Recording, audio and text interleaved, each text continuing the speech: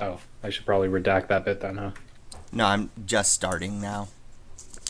So, I mean, whatever you want to keep, then. Nah, it's okay. I'll just start over. Here's better. So you're gonna. Okay, perfect. Anyways, I should be going live here real soon. Okay. Hello, YouTube. Dark Talks here. We'll be doing a podcast with Scarlet Blossom. I would prefer taco. Scarlet has prepared some questions, and we'll do our best to pay attention and answer them. We're gonna go for a bit of a chiller environment, as opposed to the high stress octane of other games. All right.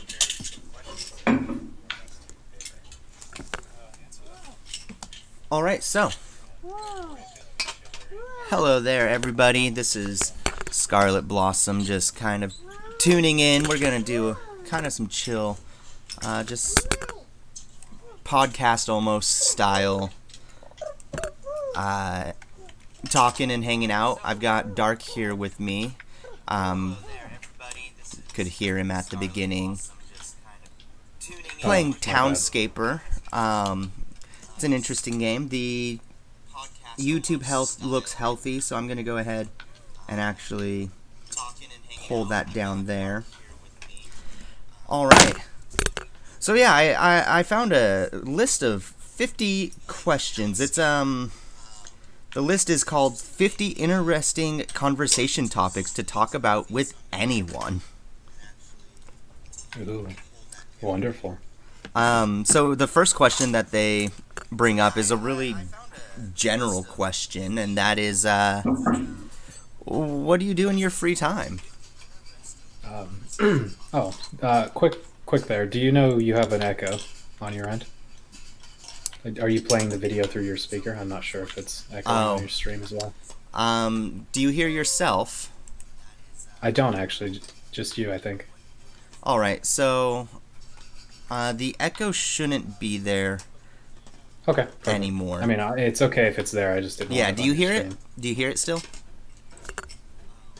No, it was a little bit behind too. Yeah. Free time. Yeah, what do you do in your free time? Yeah, so usually in my free time, I'll just I'll watch some kind of YouTube videos. A couple of new ones I've been watching is this Ant Canada channel. Wonderful channel about this guy. I'm not doing it very good justice, but he basically raises these ant colonies from a single queen, and it's wonderful.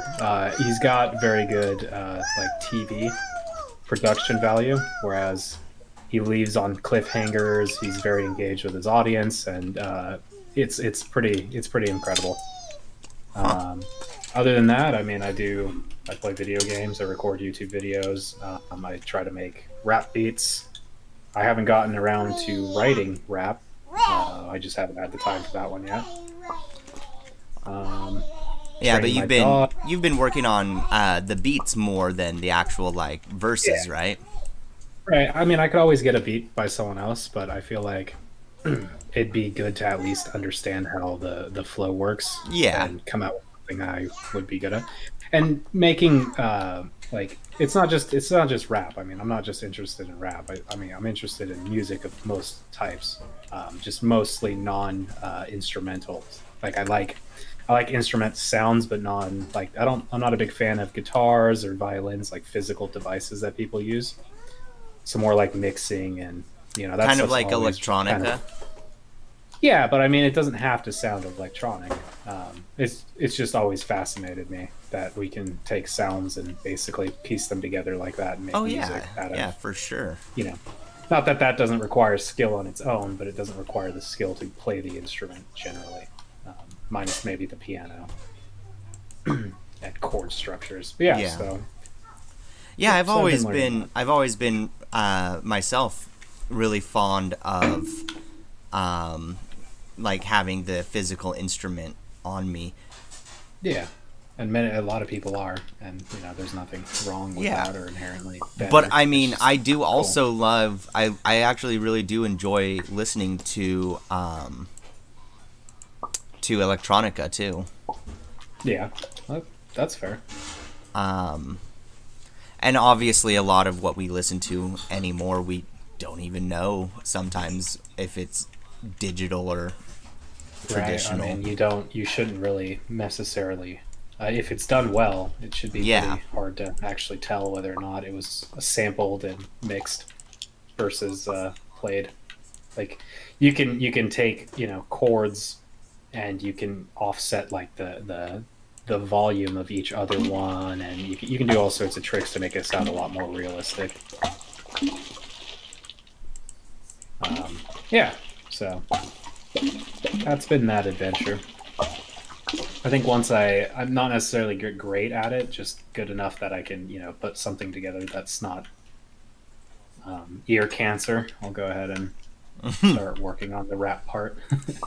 Yeah, how do you feel your confidence going into it? It wasn't very high when I started. I did a beat by an artist named Token, and I did a rap over it from the same artist.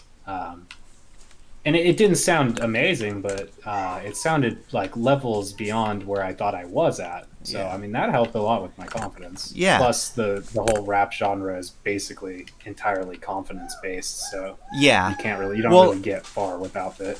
and so I know you've struggled in the past with different artistic outlets, but I recall you were in choir while you were in high school for a short period, weren't you? Yeah, I did that. I did choir a couple times. I So don't think I was in it for very long. Some of my childhood's a little bit fuzzy, yeah, but I yeah, do recall being in choir at a couple different schools for yeah. some extended Do period you of time. think that is beneficial to you now? I mean, I hear my voice sometimes when I'm singing, and it sounds acceptable. So I mean, I had to learn some from it, I guess, because I've heard other people sing, and not that they're worse than me, but you can tell. Oh I don't know. yeah.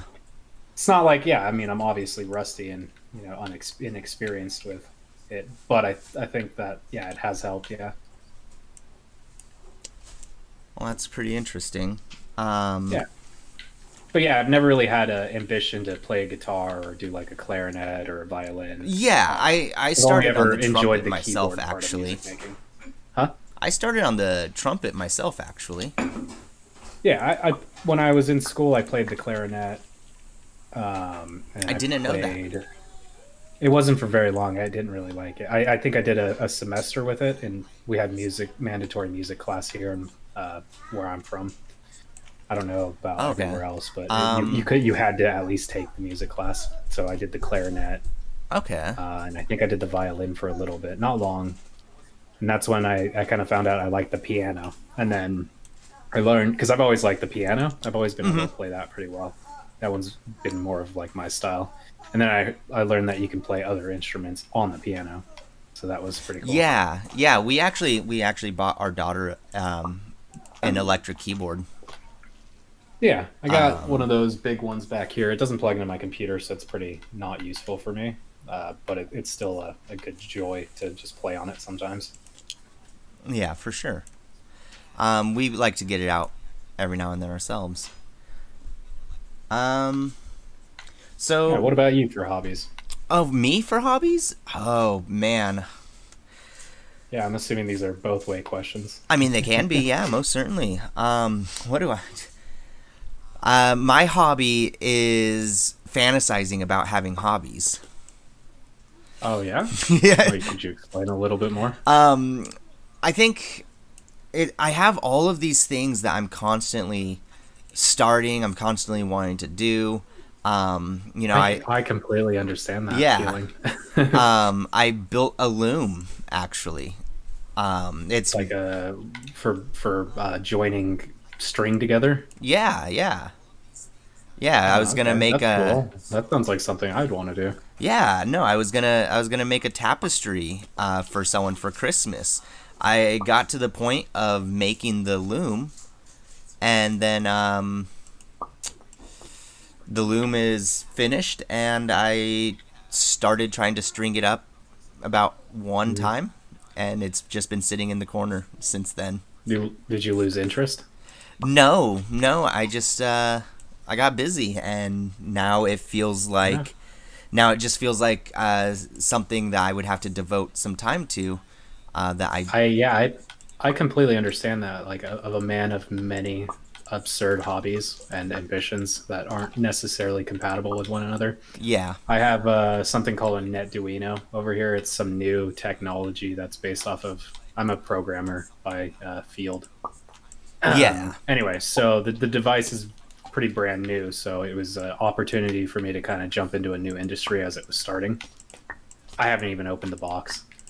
yeah yep I bought it about 2 years ago now. Got it about a year ago, so it took a year for them to develop it and get it built. And then I opened it up, noticed there were some missing screws, contacted them, had them delivered, and then I never touched the device. It's still in a corner here, waiting for me to open it up. I mean, I just got busy with other things.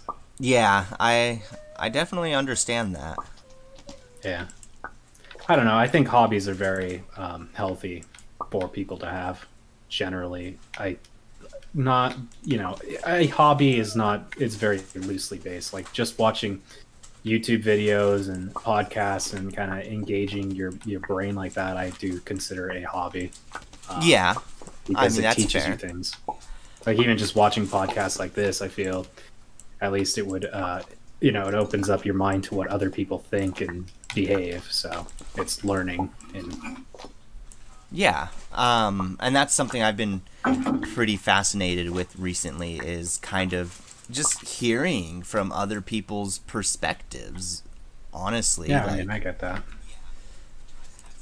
Yeah. like I have a lot of views and opinions that people have that I don't agree with, and yet I've been finding myself trying to empathize with them because I mean they obviously believe what they believe for some reason, you Yeah, know, and that's generally how that works. Yeah.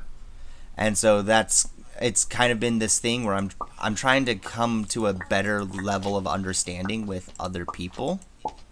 Yeah, just because you can understand with them doesn't mean they're right. But yeah, it's good Yeah, to know why people believe certain things, and yeah, is it deep grained in their their family life or their history? yeah. Well, Is and it something that they learned or I think it's been inherited? really beneficial to me, especially because it's allowed me to take a step back. These people I find myself arguing with all the time, whether it's online or at the store. You know, have I ever given them a reason to believe what I say is true, other than saying, "Well, you're wrong and you haven't done your research"?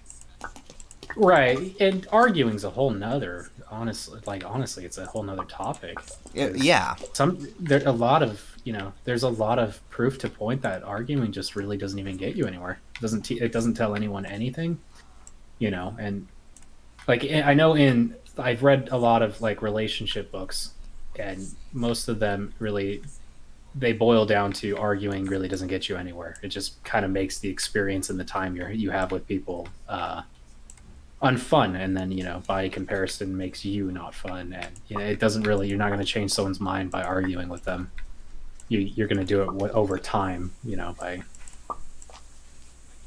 expressing your viewpoints, but arguing never really amounts to much.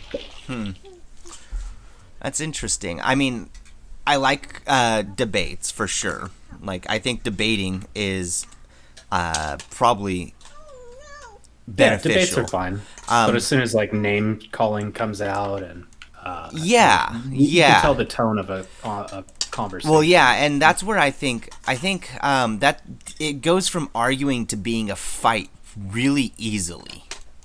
Yeah, maybe that's it. I'm using the word argument as fight because in my Yeah. world, arguing and fighting is the same And thing. yeah, they're very close.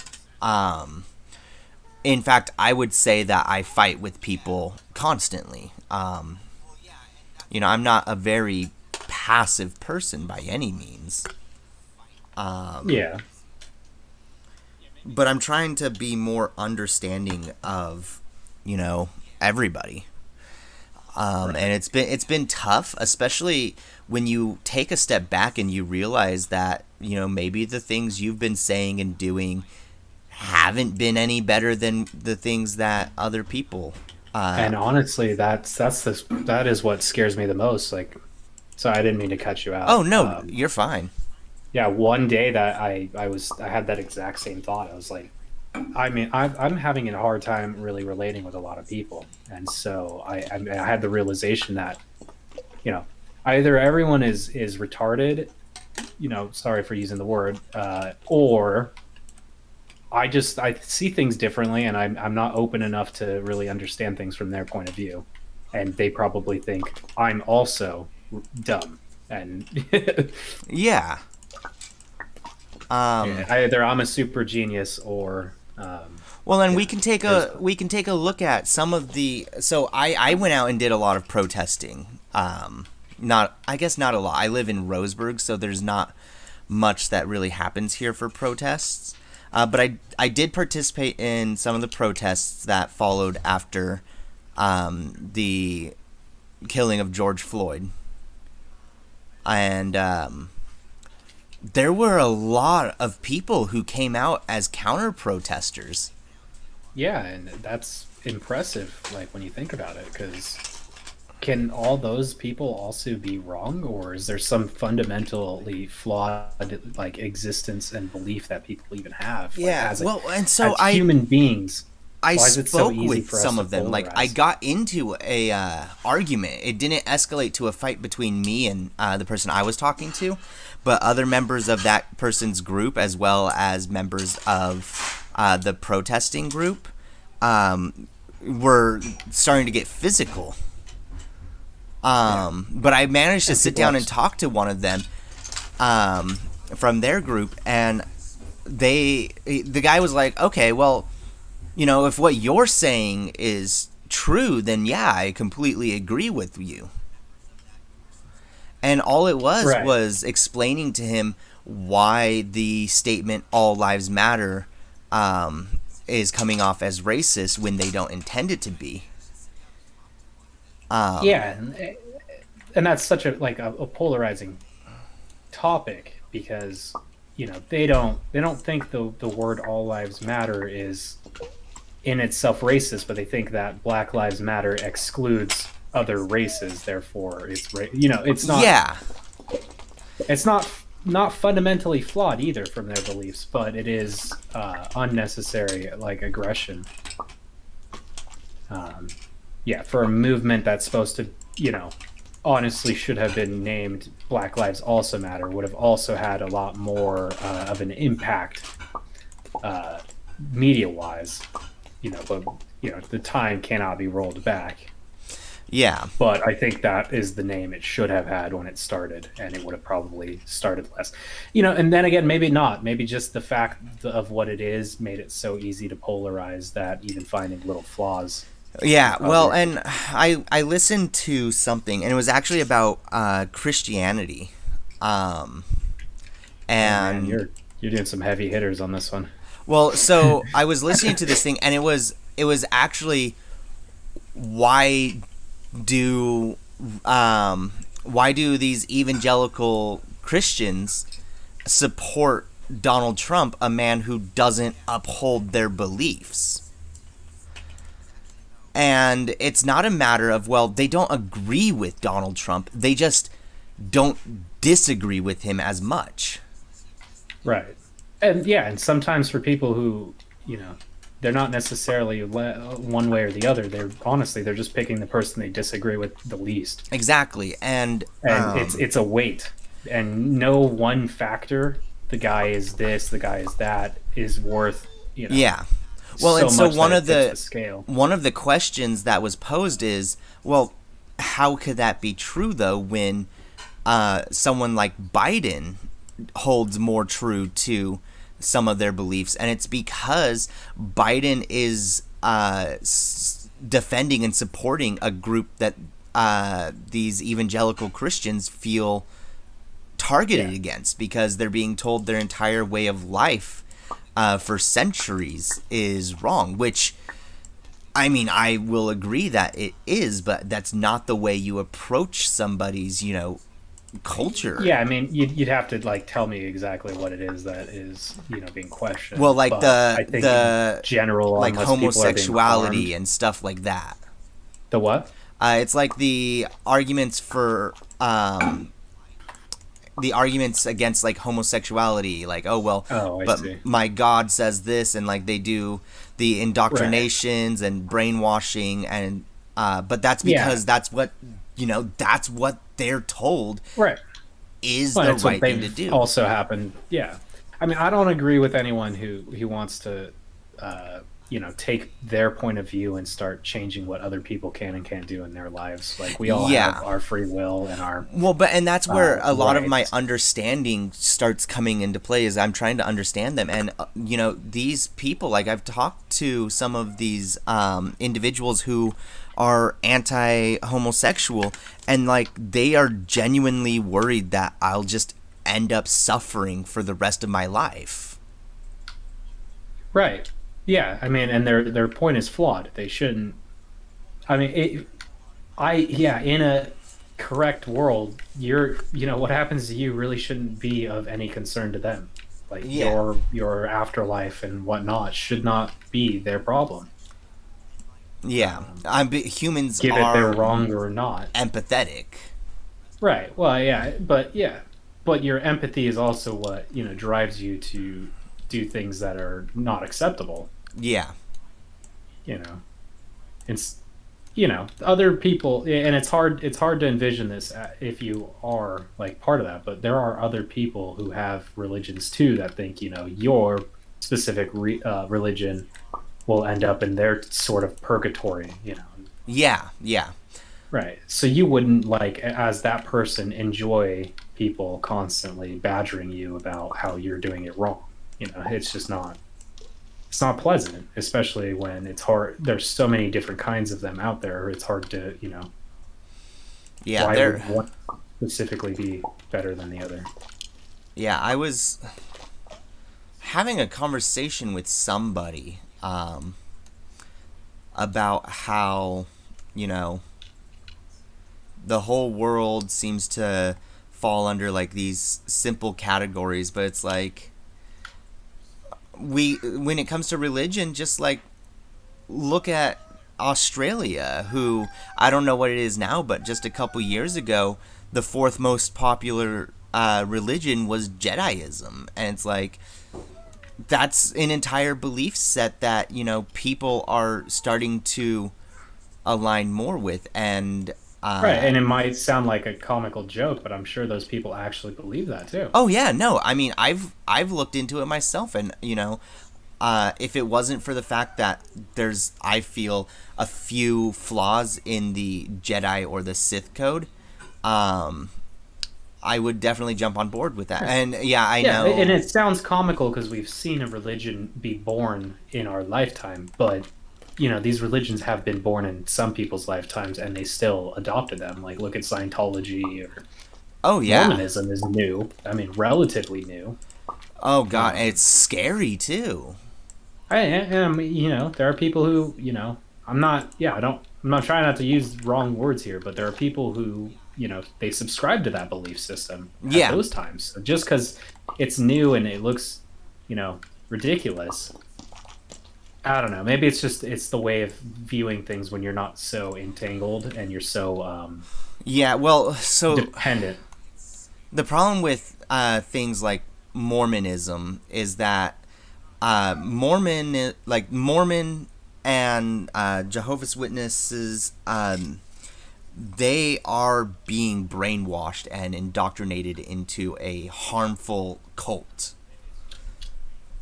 Um, and that's where the problem with those sorts of things lie. But it's like if we feel like um, the things that we're trying to spread are cult like, we're going to defend and fight against that. Well, it's the same thing for people who were raised with certain view sets. Like I was raised in a middle class white family, and it's only been recently that I've realized how racist my family is.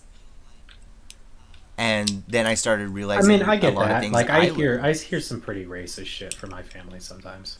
well, and so then I sat back and thought to myself, like, wait, can I really then be mad at somebody for having racist thoughts and ideas? Like, Yeah, they're just a little bit more extreme than the people you know. yeah, it's when people start hurting each other because of their prejudices and biases.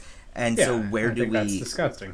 where do we draw that line though? Where do we say whether or not something is harmful to everybody or Well, not? generally, you would use like physical or anguish or whatever, but yeah, even that's kind of that's a pretty steep line too.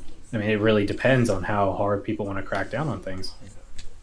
Yeah. Um, Well, and and also, things do take time. Change is not in a yeah, day. unfortunately, a lot of people feel that our culture, like not just here in America, or even here on the West Coast, like this is a worldwide issue right now where um, forces are gathering and saying, wait, we've been doing things wrong. Climate change is real.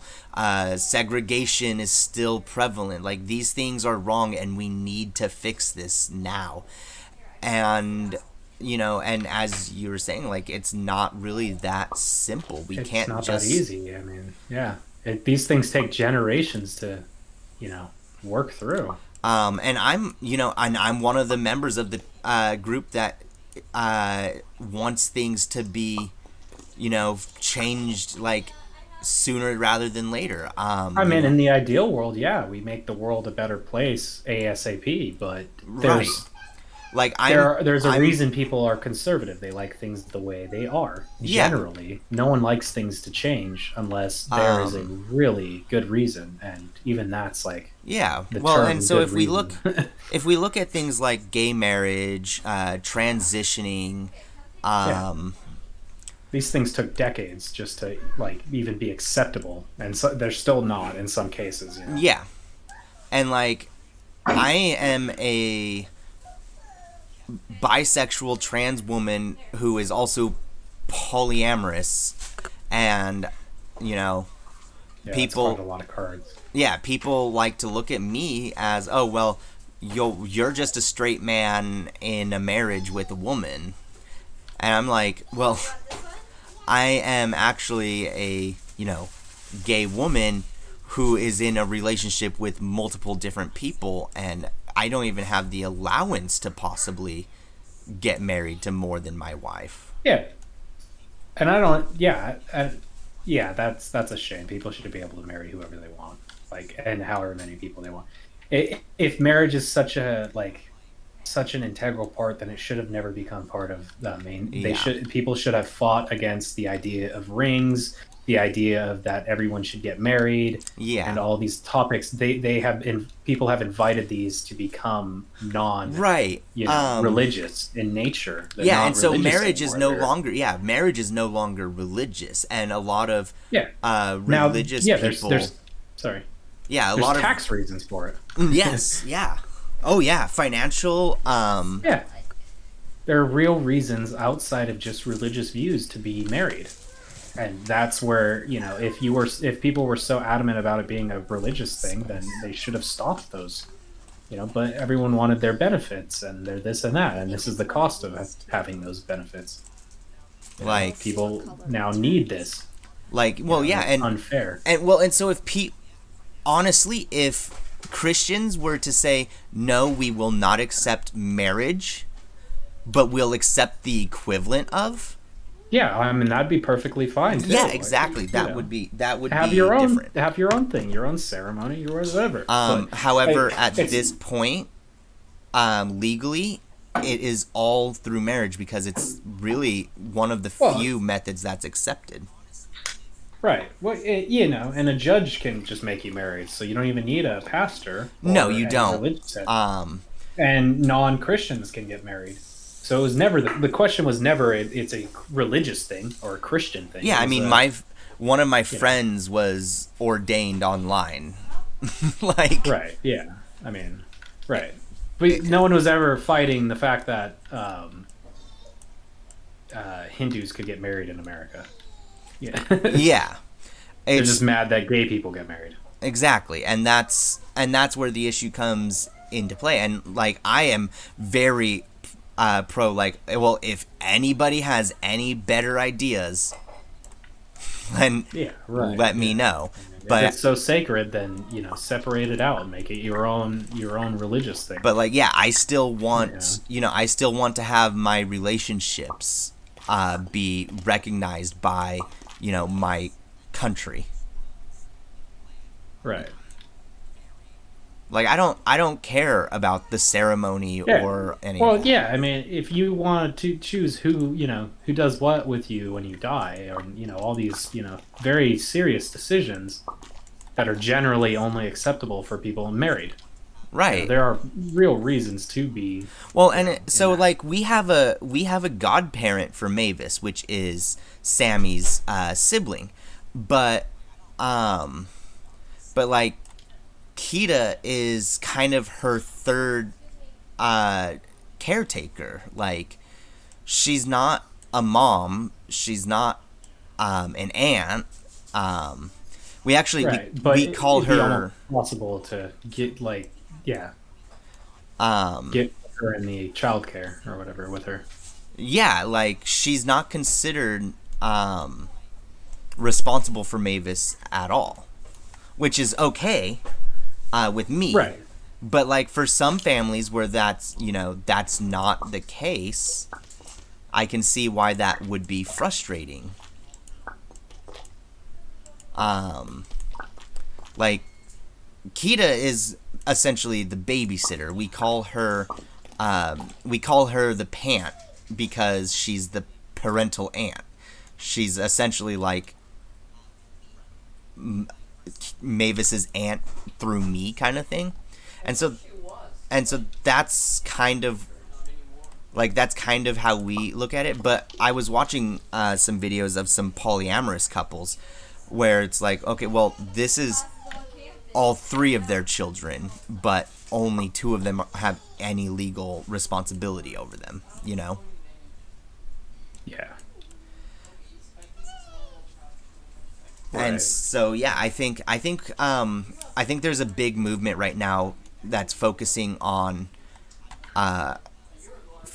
like personal family and like keeping to yourself, because I know like a decade ago, a lot of people wanted to come out and be like, hey, your way of living is wrong and you need to change it.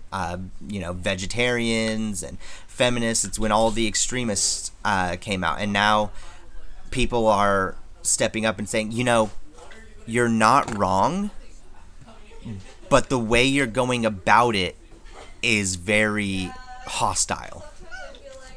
Like extremists on what side? Any side. Yeah, Like, I mean, I think there's I a lot think of one of the best things to do is not necessarily tell someone they are wrong or they're a piece of shit for their beliefs, because that doesn't help Right. anyone. It just always causes more anger. right, yeah. And I think there's a big movement right now to stop taking that approach. Yeah, and there should be, because it's not helping anyone. It's just making more enemies. I will actually reference this YouTuber by name, because if you guys haven't seen this video, you should definitely go watch it. Mark Rober. Mark Rober, I love Mark Rober. Yeah, so I just watched one of his new videos where he talked about the veggie burgers. Yeah, I've seen the veggie burger one. Yeah, And, he came at it with such a professional and scientific place of inquiry. Like, is this actually as good as we've been right. told, and like everyone's always demanding? Yeah, Mark Rober's amazing. He doesn't make very many like yearly videos, but every one of them's like pretty good. Yeah, no, I think he's a really awesome YouTuber, and I think he raises some really good points, and he tries to take a Did he work for NASA? I can't remember. I think something along those lines. But yeah, he's like genuinely trying to make the world a more positive and better place. And he comes at it from an angle of understanding. Like, hey, I get it. Like, I eat meat too. I love having meat. I mean, after that video, I mean, he basically convinced me to try it out too. Yeah, I mean, and that was kind of where I was at last year. Last year when I tried, If I hadn't already had it. yeah, last year was the first time I had a veggie burger that wasn't just tofu, you know, Right, or that garden burger that's kind of tastes like ass. like. And I went to this local bakery, which is really popular. It's kind of out in its own separate area, district, not in town. And I ordered a veggie burger from off their menu, and I got it, and I bit down into it, and I was just like, wait, what's going on? I thought I ordered a veggie burger. Why is there like so much grease and juices? And it's because that's what they're doing. They're trying. The people who are making these veggie burgers are trying to make it more approachable to meat eaters. Right, and that's honestly that's how, if you want to make a change that's so drastic, like removing meat, that is the way you should do it. You should try to imitate it. You want to get people on board. It's easier to not resist or fight against what they have to. You just change things in a way that people can't, tell there's been a change.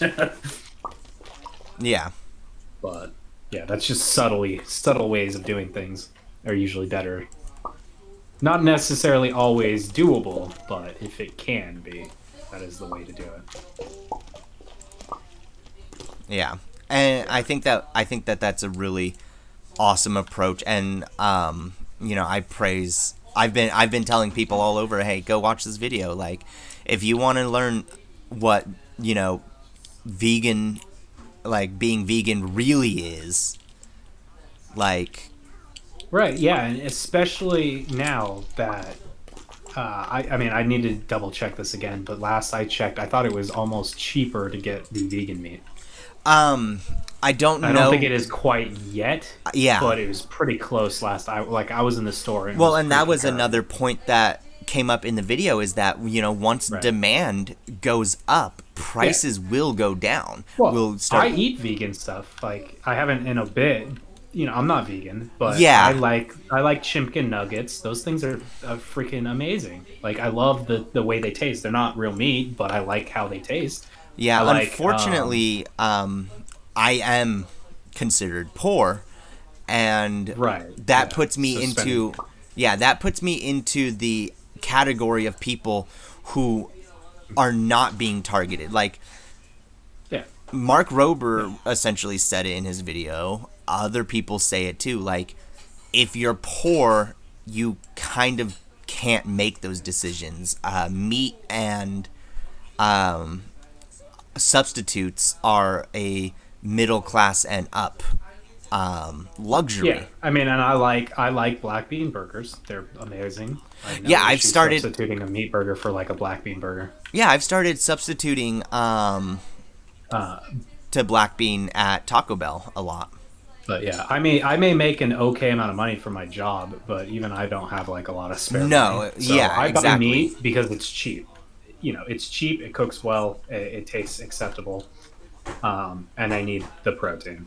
But had I had more time and money, I'd probably just go buy more black beans, garbanzo beans, fake imitation stuff. The chimkin stuff is amazing. I think I have some in the freezer. I do also. Apparently, I've developed a nut allergy, and we're not sure what all. Oh, that's unfortunate. What kinds?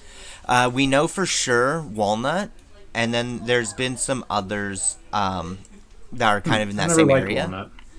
Like, kind of in that same area, but there was also a little bit of swelling from pistachios as well, and those don't fall in the same category. I actually like those. I'm thinking it was more the salt in it, however. I don't think I actually have a pistachio allergy. So, Yeah, I think I have some pistachios near me right now. I ran They're out. good. I like them. You kept eating them. Yeah, and that's what I'm saying is I think it was the salt because I ate so much. I think it's probably the salt. Wait, what was your? I can't believe we're still on the first question. Oh yeah, no, I mean, it was just kind of to go from there. I mean, if we want Fair to enough. continue on to the questions, they're just generic. I've done 4 speed jump trials, and I'm on my some aerial training. Nice. So whatever rust I had on me is gone now because I'm like in the zone.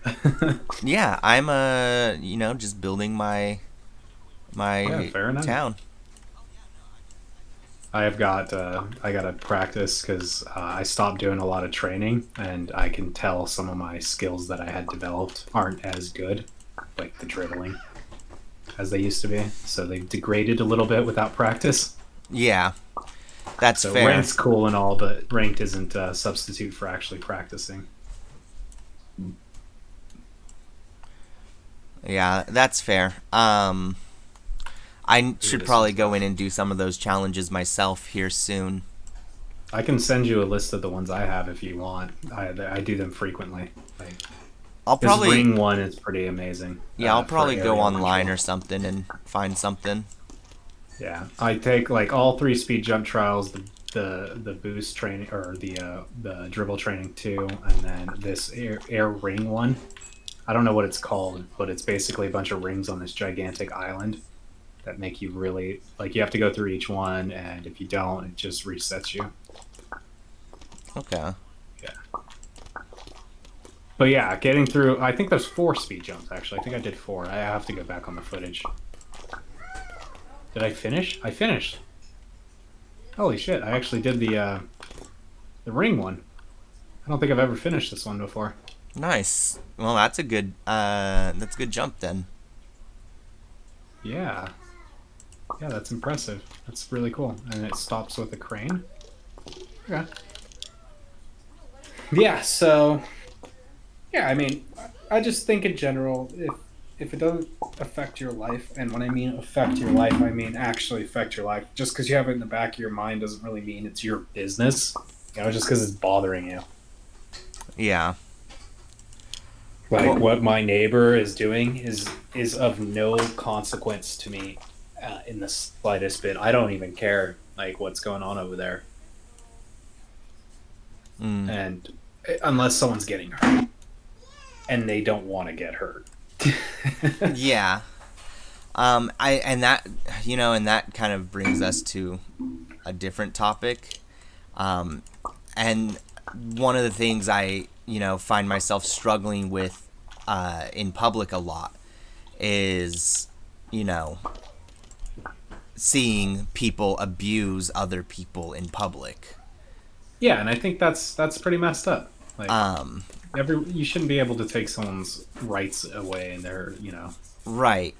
And that's one of the big things that is a point of contention right now, um, is because we are learning through scientific means that some of our methods of interaction with each other are not necessarily good or even beneficial to the individuals that we know.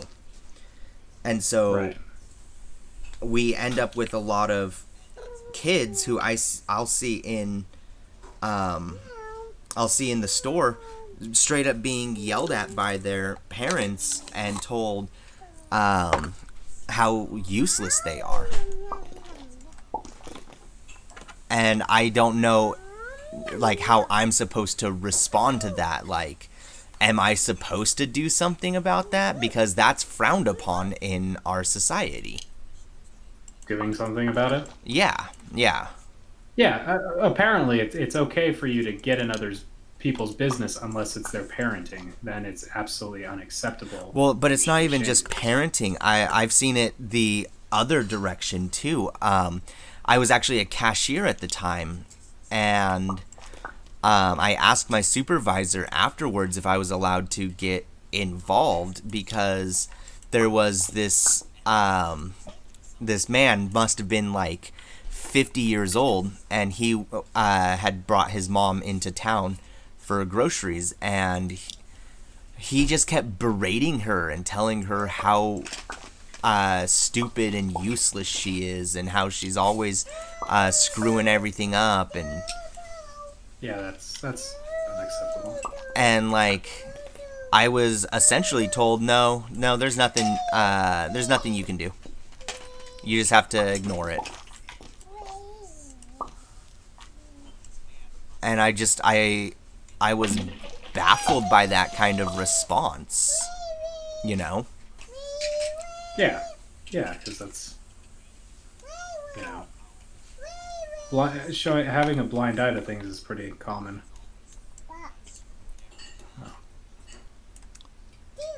But yeah, I mean, there wasn't anything I could do because I would have lost my job if I did anything. Right. And yeah, it's curious to me why people, like, I'm trying to understand why people are resisting this change. And it's hard for me to not just like, oh well, because people want to be abusive. You know? Yeah, I get that. That's pretty hard to not just fall back on that. I'm sure in their world they think it's none of anyone else's business. Just like, you know, the conversation we're just having about what people do in their bedrooms, because somehow those two are, you know, even remotely close. Right. And I think that does have a big part of it, is just kind of how people view like, oh well, you don't know what's going on in my life, so you don't know what's going on in their life. They're doing just fine. It's like, well, how do you know though? You don't know what's going. Well, I'm there more than you are. You're still being abusive and hurting people. Like that's where it becomes like difficult for me to really. I don't know when and where I'm supposed to really interact and step in, you know? Is it my position to step in? Or am I just Right. I get that, and I don't have the answer yeah. because it's very nuanced. Like it's really hard to know. However, I've had positive reactions in most of the cases where I do step in, and so I've began to wonder if, you know, maybe actually speaking up and just calling people out might be the better option. There's this old argument of, well, if you bring up the fact that someone's abusive in public, it's just going to make the abuse worse at home, so just ignore it. And you know, that by itself caused me harm because Yeah. it meant everybody knew I was being abused at home, but no one would do anything about it. You know? Yeah, I know that feeling. Yeah, I'm not entirely sure if that was the reason they didn't do anything, though. Yeah, and In my case, people just didn't do things because they either didn't necessarily care, or they had, you know, more of an investment with the abuser than they did with some kid. So well, and so like the kinds of people I told were teachers and counselors. right, yeah, and you would think that you could, you know, rely on them. And so yeah, it was kind of I learned I couldn't really trust anybody. Yeah, And I don't know if I want to be that kind of person. I think I want to be the kind of person who, if I see a kid being mistreated in the store, then I will call out their parent and be like, hey, you can't be doing that to your child. That's not right.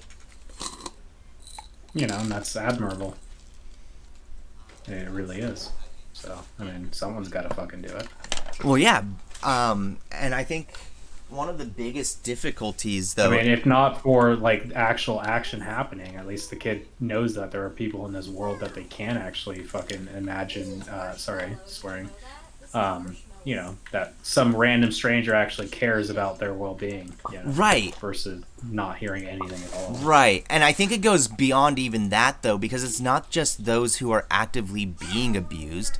You know, if we just look at the numbers, I don't have them in front of me, but at least 25% of people, if not way more, are actively, like, have been abused at some point in their life.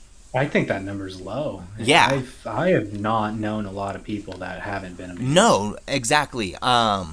Maybe it's just abused people like to talk about it more. I don't know, but yeah. I haven't Well, seen I'm not sure. But if that's the case, then, like, it just being there when you see them being abused isn't even enough. Like, you have to just tell people, like, hey, you know, I care about you every now and then, and that makes that makes people feel so good to just hear from somebody, hey, I care about you. But yet I still had people who, when I tried to do that, they lashed out at me. Well, yeah, not everyone. Yeah, sometimes, like, people's worlds, you know, just thinking that other people actually care about you is enough to completely crash someone's world. Especially if their belief is that everyone's into get them. I mean, I sure believed that for a long time. Yeah, well, so I had this friend in high school. You know, he didn't live an ideal life or anything like that. But he wasn't in an abusive household, you know? Yeah. Like, he got along with his parents and stuff, and we were good friends, and, you know, I wasn't a great friend to him. Honestly, I was kind of a crappy friend back then. But, not much has changed. But, oh, why, thank you, Sammy. I was just brought some tea. I messaged him earlier. I messaged a lot of people at the same time, but I had messaged him. I made sure he was one of the people I had on my list, and all the message was, you know, I care about you, and I hope that you're doing well in life. And he messaged back, and he's like, what's this all about? We haven't spoken in years.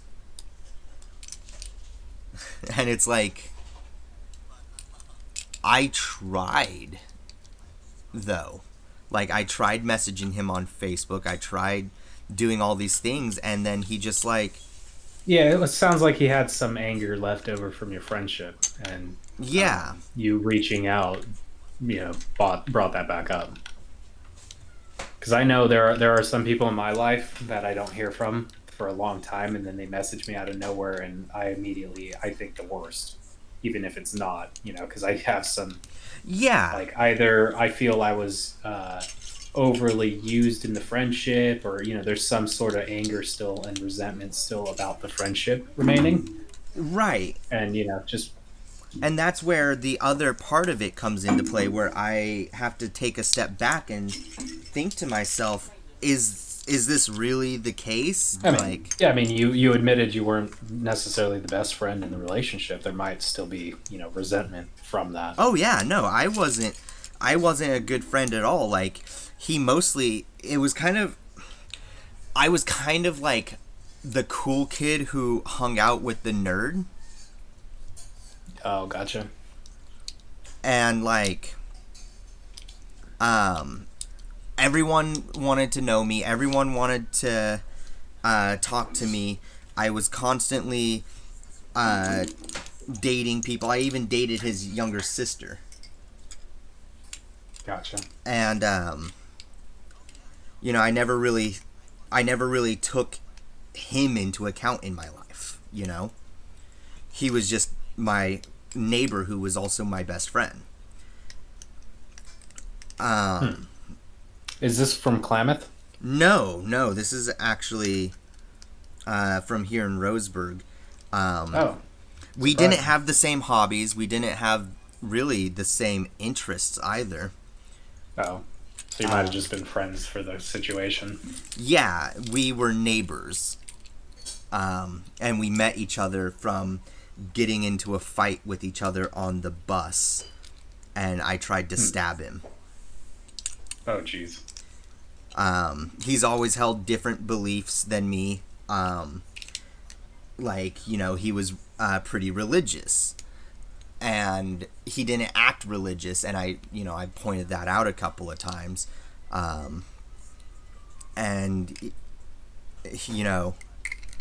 He just, our attitude towards each other wasn't really that of, good friends, just close friends. And, his catchphrase was, "Fuck you, I hate you," essentially. Yeah. That's pretty rough. So it makes sense. We didn't have a great friendship. He literally got into trouble and almost died on multiple occasions because of me. Yeah. So I can't fault him. That's pretty rough. Yeah, I can't fault him for his reaction. It just kind of sucked. Yeah, I get that.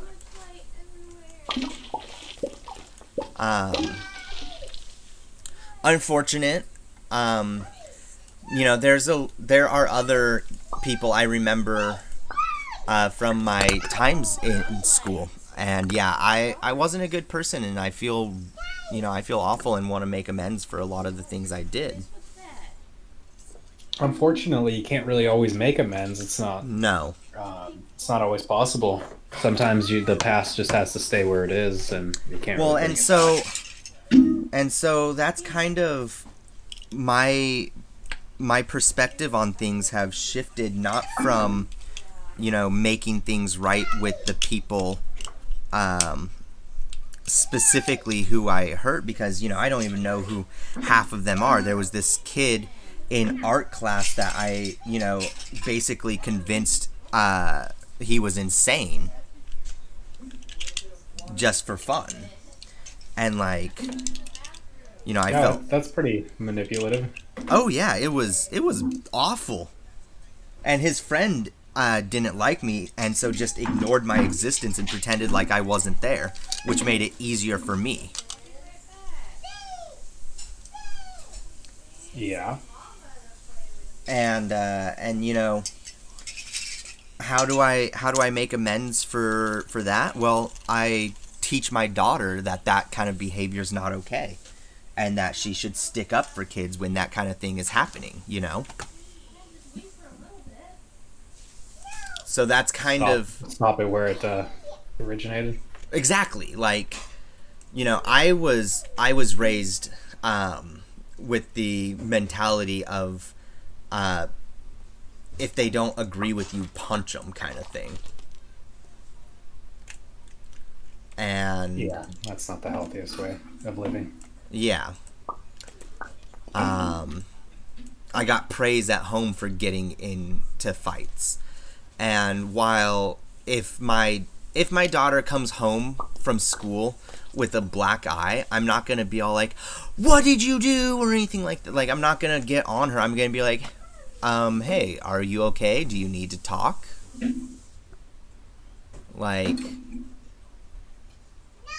I'm going to make sure that my child is okay first. And then I want to be able to listen and understand what happened. Yeah. And I'm hoping that I can be that kind of parent,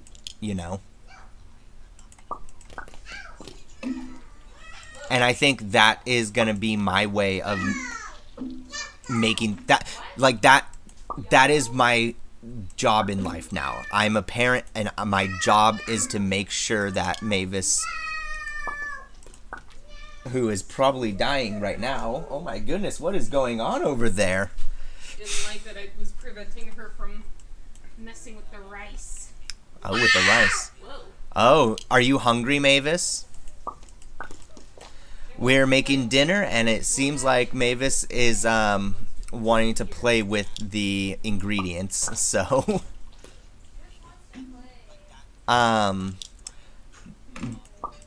yeah, like, the world is not a good place. It's not a safe place, and it's not a fun place to be either. But, like, why can't it be at the same time? You know? Yeah, I mean, good point.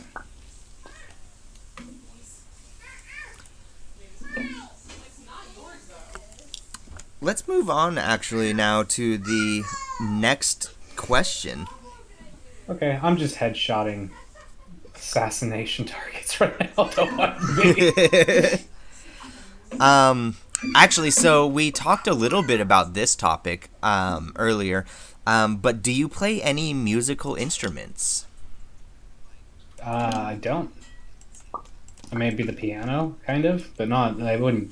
Yeah, playing it would be an embarrassment to people who actually have skill. You don't deign to insult anybody that badly, huh? Right. Can we take a 2-minute? Yeah, absolutely. You go ahead and step away if you want. I'll actually talk for a minute about kind of the instruments I've played. Sure. Yeah, I'll be right back. All right. So, back in middle school, I actually got to join band, and I started playing the trumpet at the time. I changed instruments a bit throughout high school because I went to multiple high schools, kind of bounced around for a bit. So I don't want to get into too much details about that, but after I got out of middle school, I was gifted a guitar for Christmas. There was a lot of people really excited that I was, into music, and so they wanted me to learn how to play the guitar. I didn't really care much for it, but I didn't want to disappoint anybody, so I kind of kept it around, and I only actually got rid of it a couple years ago, I think. But as I was learning the guitar, I ended up going into a school that needed a bass guitarist. Welcome back, Dark. So yeah, I started with the trumpet, then I went to guitar, and the school I went to needed a bass guitarist, and so I started learning bass guitar. I actually really liked it. I wasn't very good compared to the other two bass guitarists, so it was a little demoralizing, but I stuck to it, and I started being able to do decently well. In fact, my class was asked to participate at a big event at Six Flags. Unfortunately, I couldn't go, but it wasn't too much after that I ended up having to move again, and so I didn't get to continue learning the bass guitar.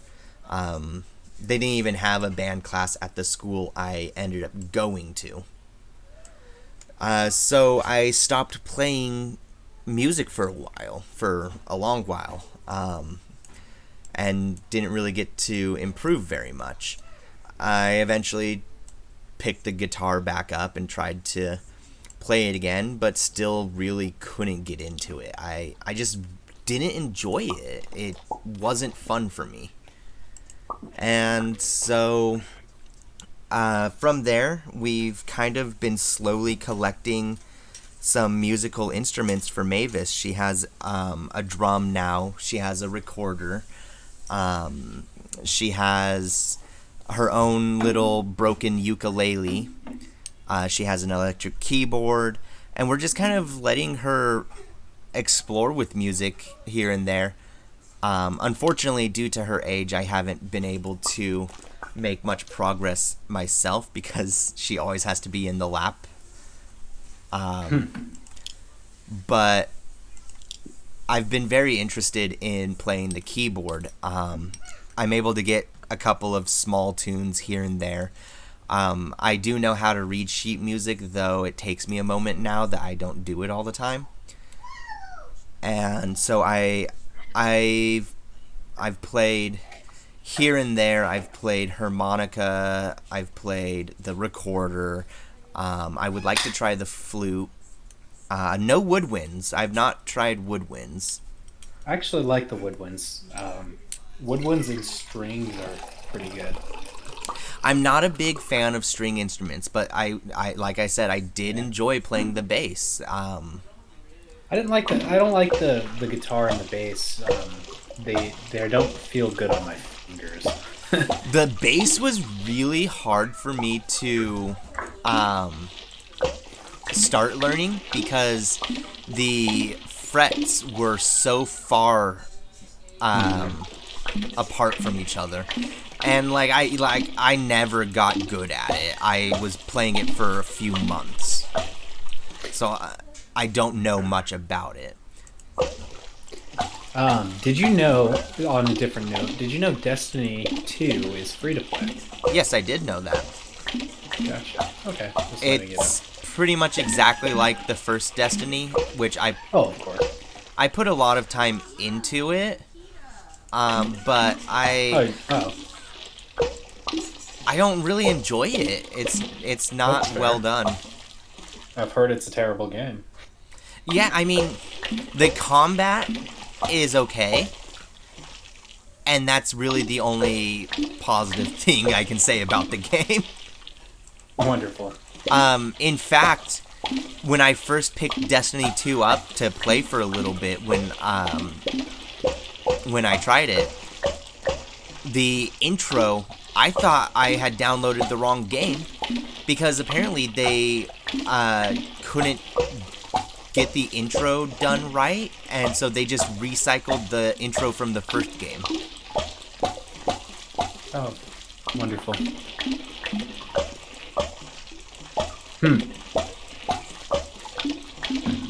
Like, it was...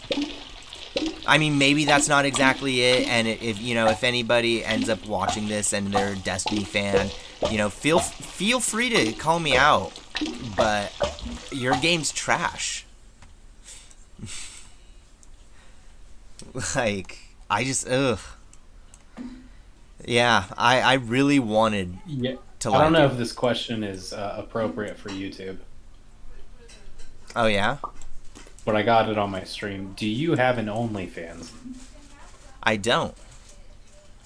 Gotcha. I've not even looked into it. I've heard about it through Wonderful. TikTok. Your username is on OnlyFans. Really? Someone has me on Oh, OnlyFans? except with one S. Huh. One S. Yeah, misspelt. Interesting. Yeah. That's only happened to me once or twice before, and it was Oh, maybe. Oh, jeez. it Why have I was got porn on involving my some stream? sketchy sites. Oh my god! I searched Scarlet Blossom, and I just get a bunch of porn. Oh. Did I misspell it? BLOSSUM. Ah, SOM. Yeah, it likes to autocorrect. Which Yeah, I noticed. that's usually fine and all, but when you have someone Yeah, that like one leads you me, to porn. well, there you guys That's all go. right, Unfortunately, if you are looking for that and a fan of mine, I don't have any content anymore. It was taken down. Oh, yeah. Pornhub's a bit of a dick right now. I mean, I know why they did it, and I agree with why they did it, but it's still upsetting. But that's okay. You Though need to that boost your YouTube rank so I can find you easier. That's something SS, for you know. in the future, possibly. And if someone is watching this video and they're kind of like, oh no, that's scandalous and I don't want to hear about that, it's like, come on guys, it's a job. Like, get over yourselves. Fair enough. Oh, this game. This is what you're playing. Yeah, Townscaper. That. Yeah, that town building game. Yeah, I feel like I need to get this too. it's good. I like it. How much is it? I It's don't. like $5. Yeah. I could probably get that on my Steam wish list. Here, 1 second. I'm not going to show this on my recording because I don't want them having my credit card information. You sneaky, sneaky Russian hackers. They're gonna get it from like through my stream. Your stream shouldn't have my card number on it. No, they'll just hear you in the background and be able to like calculate. Figure out what keys. Yeah, I don't have a numpad, so good luck figuring out what keys I'm pressing. I'll be right back. My information's just auto saved.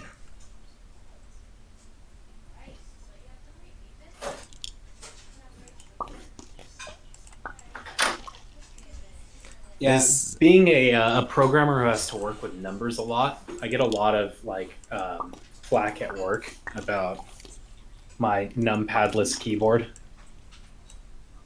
But I think it's better for my wrists because I'm not like extending myself out, and I've learned to use the regular like number pad like up top. So I guess Okay. you never really needed it to begin with. It unfortunately makes space engineers ridiculously unfun, but like rotation block wise. But that's irrelevant. Oh, there's that Phasmophobia game too. I have got to play that, but no one's ever on. The next question is, do you Oh, yeah, draw, sorry. paint, or do art? I actually paint sometimes. I haven't done it in a while. I watched a bunch of Bob Ross's, and I decided I was going to learn how to do oil painting. Oh yeah. I left one of my oil paints at my ex-fiance's house, and she refused to give it back. So I am missing my favorite painting, which is unfortunate. That is. I have my I would second throw a favorite. fit. Yeah, that can go in its own video. Yeah. It's not really worth getting into right now. No, I'm just I'm kind like, of glad where I am right now. So I I'm just don't gonna- like. I don't want anyone stealing my, stuff. Especially my art. This game is wild. Try to take it out. It stays Isn't it? It's so. fit in there. Okay. Like, and it's not designed so that it's like What quick. is it supposed to be? It's just a passion project according to the user. Kind of. It looks like lava, huh? They move really well. You can make some really cool D&D worlds like this. Yeah. I was actually wondering. Or maybe video game levels would be better. I was wondering if if there would be a way of like putting a mod on the game to like drop a character model in. Oh, maybe. I mean, that's possible. We'd like to. I doubt the insides have anything in them. No, they don't. And actually, if you rotate completely down, you can actually see under the buildings. I can't. Like you can see the bottom side of it if you're zoomed in all the way. Yeah, won't let me do it. I'll have to check out your stream. Like, not right now. But Yeah. later. But like you can get So, I mean, real. this is pretty interesting. You can get really down in there and see some weird visuals. But for the most part, no, it's pretty good. What I was thinking of is just like if you've managed to get yourself into a good street view, Oh yeah.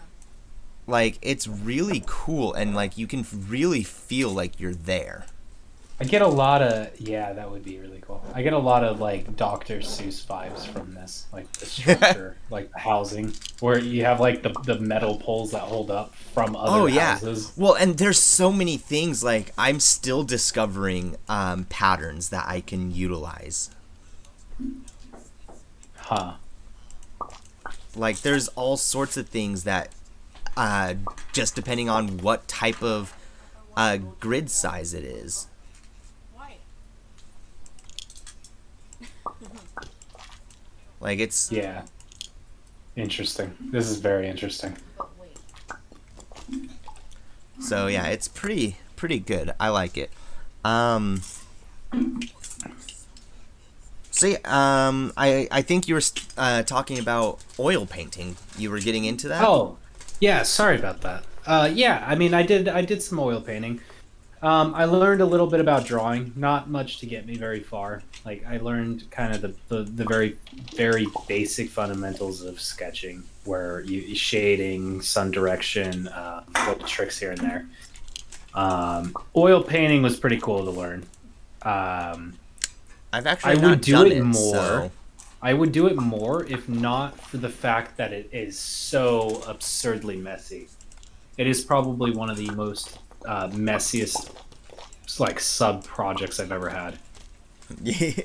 I understand that. Have you worked with charcoal at all? No, that sounds pretty rough too. Yeah. But the oil paints they get everywhere, and also oil kind of doesn't smell very good. So it's between that and glass work as the most. Oh right, you did glass blowing for a bit. Yeah, not very good. Again, I'm more of a jack of all trades, not really a master of anything except programming. I'm a master. Yeah, and coming down to something like those, like it's not one of those things you can just kind of jump into and like you have to really dedicate time to it. Yeah, and that's why I never really went anywhere with it. I was never really interested in learning. I just wanted to play with class. Same with the paints. I just kind of wanted to play with my paints. Yeah. And I wanted to know like the basics of how to smear and do those things because that was it. But maybe one day I'll go get some more oil paints and maybe I'll get an area. A lot of these sub projects would be a lot better if I had an area to actually do them. But Right. I don't have a lot of money or a lot of space. So Right, I'm and kinda limited. that's where I get stuck a lot with my art as well. Yeah. When I was a student, I was able to get a lot of stuff done because I was able to go hang out in the studio. Yeah, a studio would be amazing. I mean, I have a studio technically. It's just not big enough.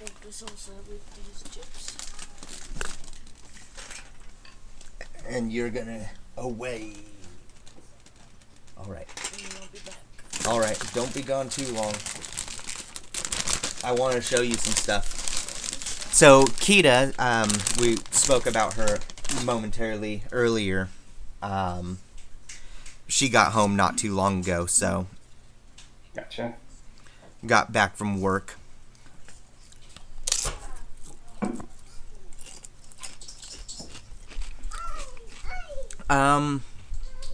Any other kind of art you've really dabbled in? 3D art, I guess. I Right. think of all the arts, that one's probably the closest one to me even having anything remotely considered a skill. Right. You were I can actually using do okay Blender 3D before art. I was. Huh? You were using Blender before I was. Oh, I started doing 3D stuff when I was probably like 12, 13 maybe. I'm very young. It was Yeah. one of the first things I learned. Yeah, learn is not a good. I'm not by any means fantastic in this, but I probably put of all the arts, like we're not counting music. In my head, arts is not music. I probably put the most amount of time into 3D modeling. Some 2D voxel art here and there. But yeah, mainly 3D generation of like UV mapping and stuff like that. Because I wanted to make a video game, and I still do. Just I'm not ready yet. I Yeah. don't have the skills. Um, Some of the yeah, go for it. you mentioned that you don't associate music with art. No, in my head they're different. Like visual arts, like not the arts, but visual Right, arts. okay. Like drawing, 3D modeling, sculpting. I kind of still put in the same thing. Like it's something you're building physically, or you can look at it. I don't know. Whereas audio, I kind of put that in its own, because there's so much more to audio than there is like in graphics. Like you have they're completely separate. They're whole different. Like you have music theory, you have art theory. I don't know. It's kind of hard to really explain it, but they're just slightly different. In my Yeah, head. yeah. So yeah, I think you said it really well. Is like you're talking visual arts, which is different Right. than Yeah. musical arts, which is its own Yeah. category. Yeah. I mean, the arts have always really fascinated me, because it's so like I have a very analytical.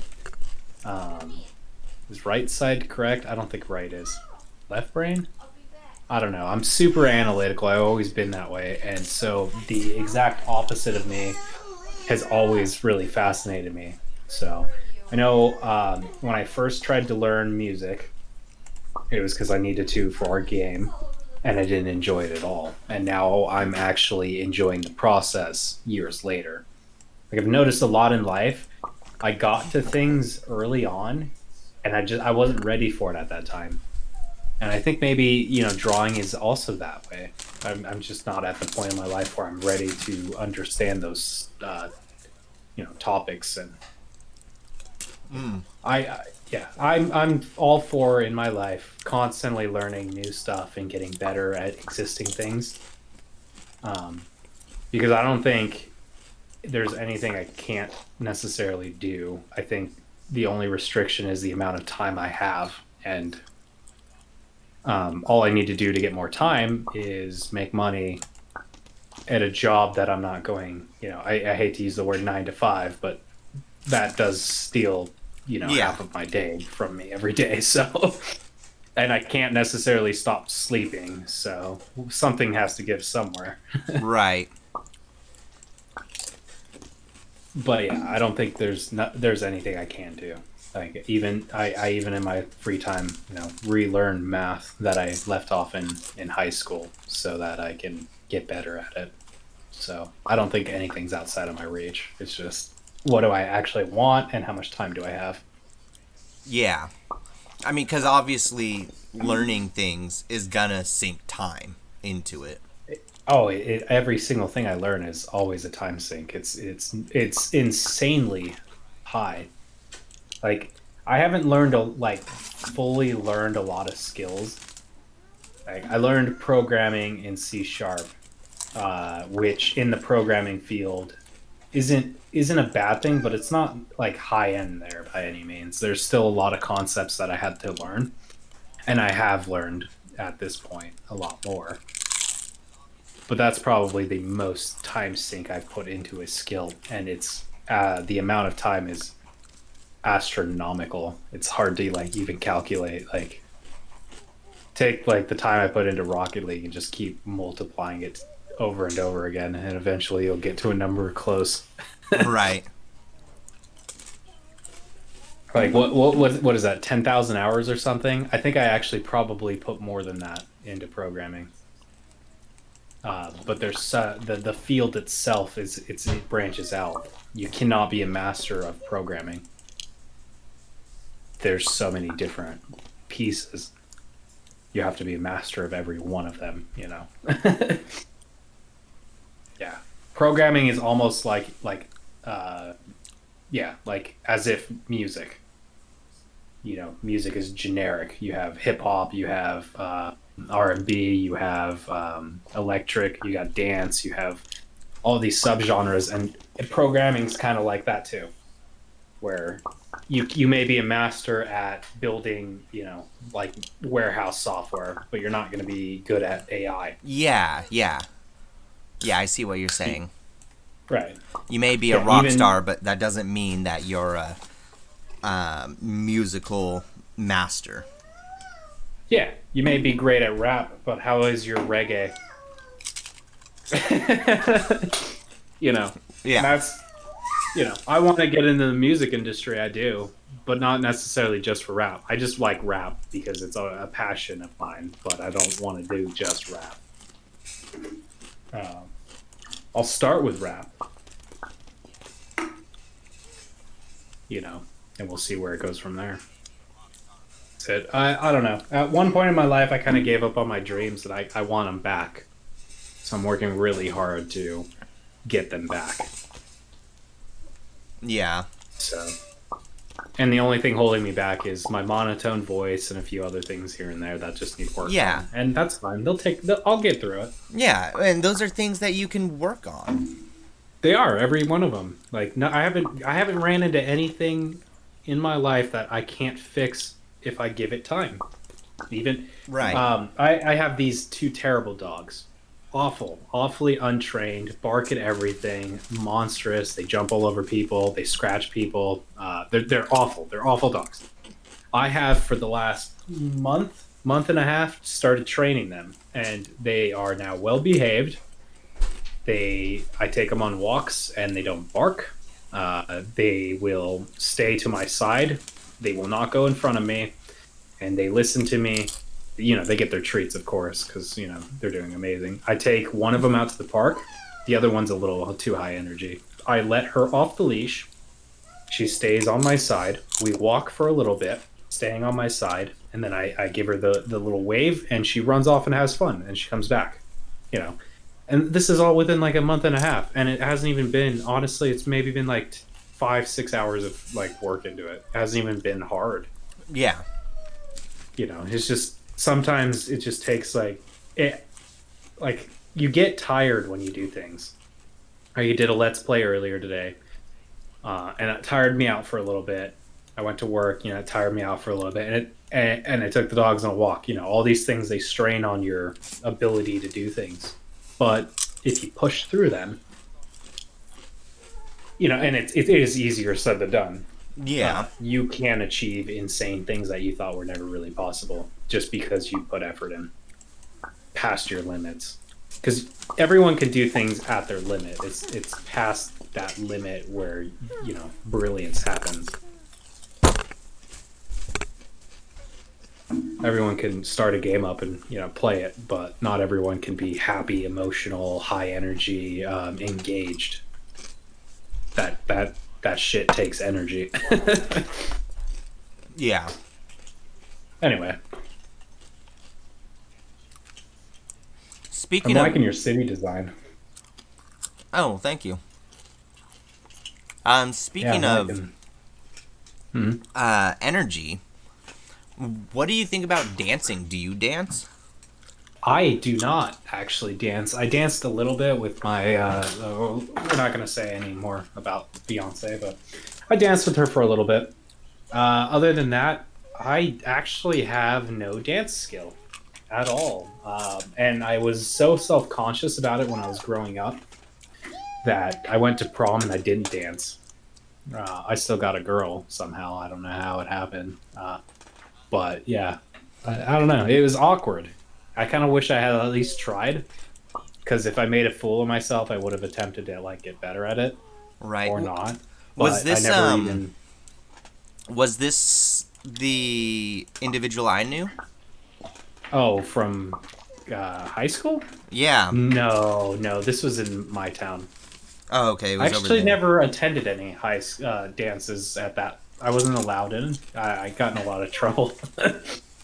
That's fair. Yeah, I was a problem kid. Weren't we all? What is up with that one house? Why has it got bugs growing on it? Or those pigeons? Yeah.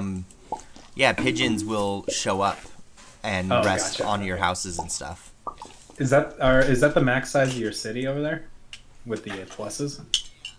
Yeah, that's the grid. And Okay. you can grow it out to a certain size. Like, you start with a really small grid. How do you grow it?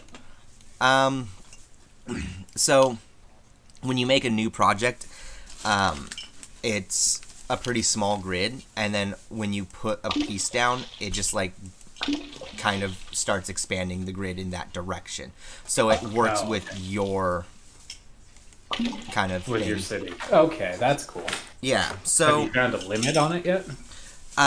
yeah, I'm at my limit here. This is the max size. Oh, that's unfortunate. However, I have not found a height limit.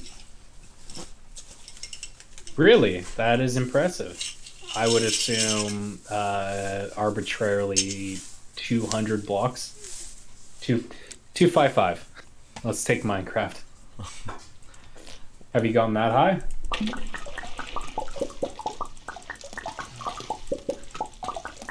So I just kind of just keep pressing over and over Are you again. keeping track?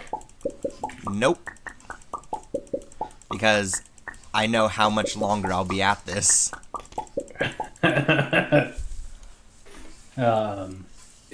After this podcast, was there something you wanted to do?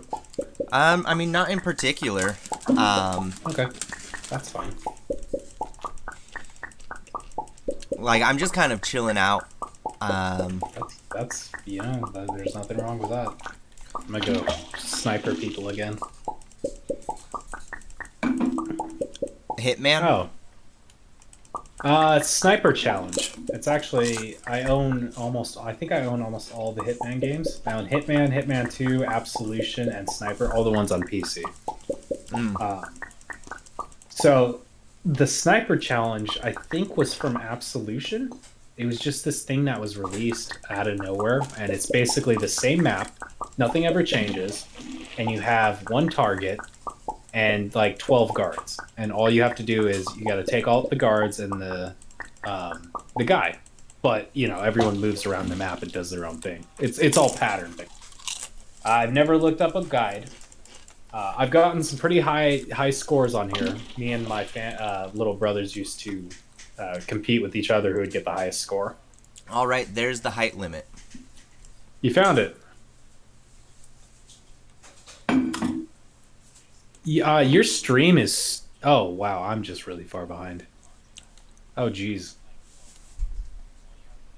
How long were you at it for? My God.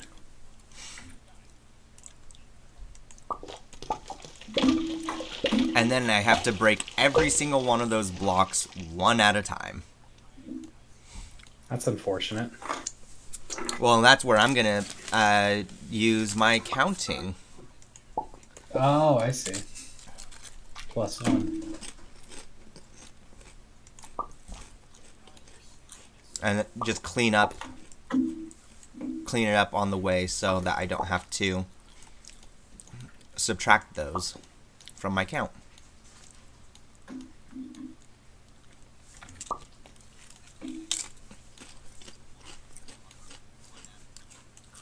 It is very tall. And there's the top.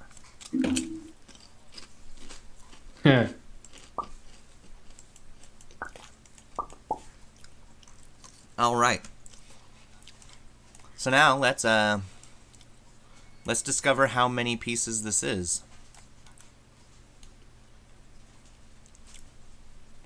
I don't know why the height limit would ever need to be this tall. I don't think the question was whether it needed to be. It was just, could we? Make it wider. I want a bigger grid. 1, 2, 3, 4, 5, 6, 7, 8, 9, 10, 11, 12, 13, 14, 15, 16, 17, 18, 19, 20, 21, 22, 23, 24, 26, 27, 28, 29, 30, 31, 32, 33, 34, 35, I didn't do very good 36, on the sniper challenge. 37, 38, 39, 40, 41, 42, 43, 44, 45, 46, 47, 48, 49, 50. Why does the inside look like a tree? Is that a roof? Yeah, it's...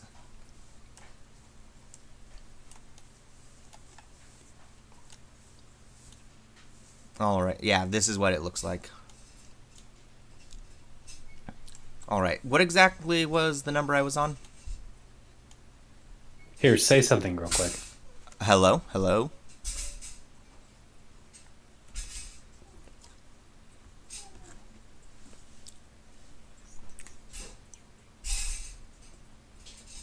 Can you hear me?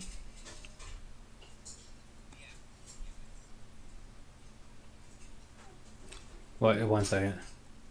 Alright. Alright, so we were on... You are 16 seconds behind on the audio clip. Yeah, Or that on doesn't stream. surprise me. That's nuts. That's a long time. You think they could run the process a little slower at that latency? Right. So 51, 52, 53, 54, 55, 56, 57, 58, 59, 60, 61, 62, 63, 64, 65, 66, 67, 68. When you're done with that, you want to give the next 70, question? 71. Sure, absolutely. 72, 73, 74, 75. Okay, so I'm going to go ahead and take a break at 75 there. And I'll go ahead and actually ask you that question, and I'll continue just counting. Oh, okay, sure, yeah. Because So- I'd like to monologue and ramble for ridiculous amounts of time. Yeah, no problem. So the next question is talk about technology, gadgets, cars, etc. Oh, damn, I kind of wish that we had this already. Gadgets and cars. Well, I am a programmer. I make warehouse software. It tells people where to go to pick things up. In example, we kind of run a facility like Amazon, except we allow multiple companies to rent space, and then they hire staff to fill their orders using various systems outside of ours. And then, I tell people where to go, how much to get. I communicate to other people like USPS and FedEx. I get shipping labels, and we ship the shipments out. We keep track of inventory. We have in-house counting of inventory for validation. Technology. So that's what I do for a living. It's very separate to what I want to do for a living. But it is in its own right fulfilling, because I came into a company who had already 2 developers. One of them I still work with owns the company. Yeah, well, kind of partial owns the company. Anyway, that doesn't matter. The other guy, I think he subs now for the company. Anyway, I took over the entire project, and I've made everything from scratch. I'm pretty much in charge of everything. This is my entry into the programming world as well. So, as a first job, it was actually extremely difficult. It was very stressful. It took a lot of time and effort out, and I learned a lot about my workflow, like the hours that I want to work, the things that I can do to be more productive.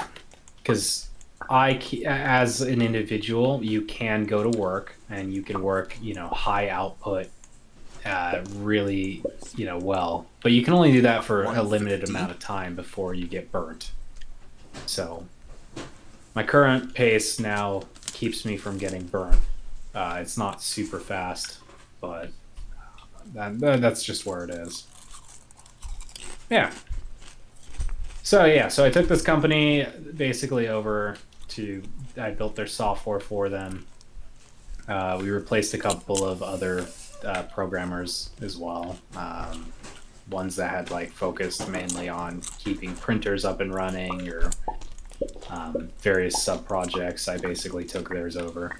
Like don't get sad for these people. They were kind of assholes all along. So I mean, the story's a little longer, but they weren't definitely not helpless victims that lost their jobs. They were complete assholes who were cocky and couldn't adapt.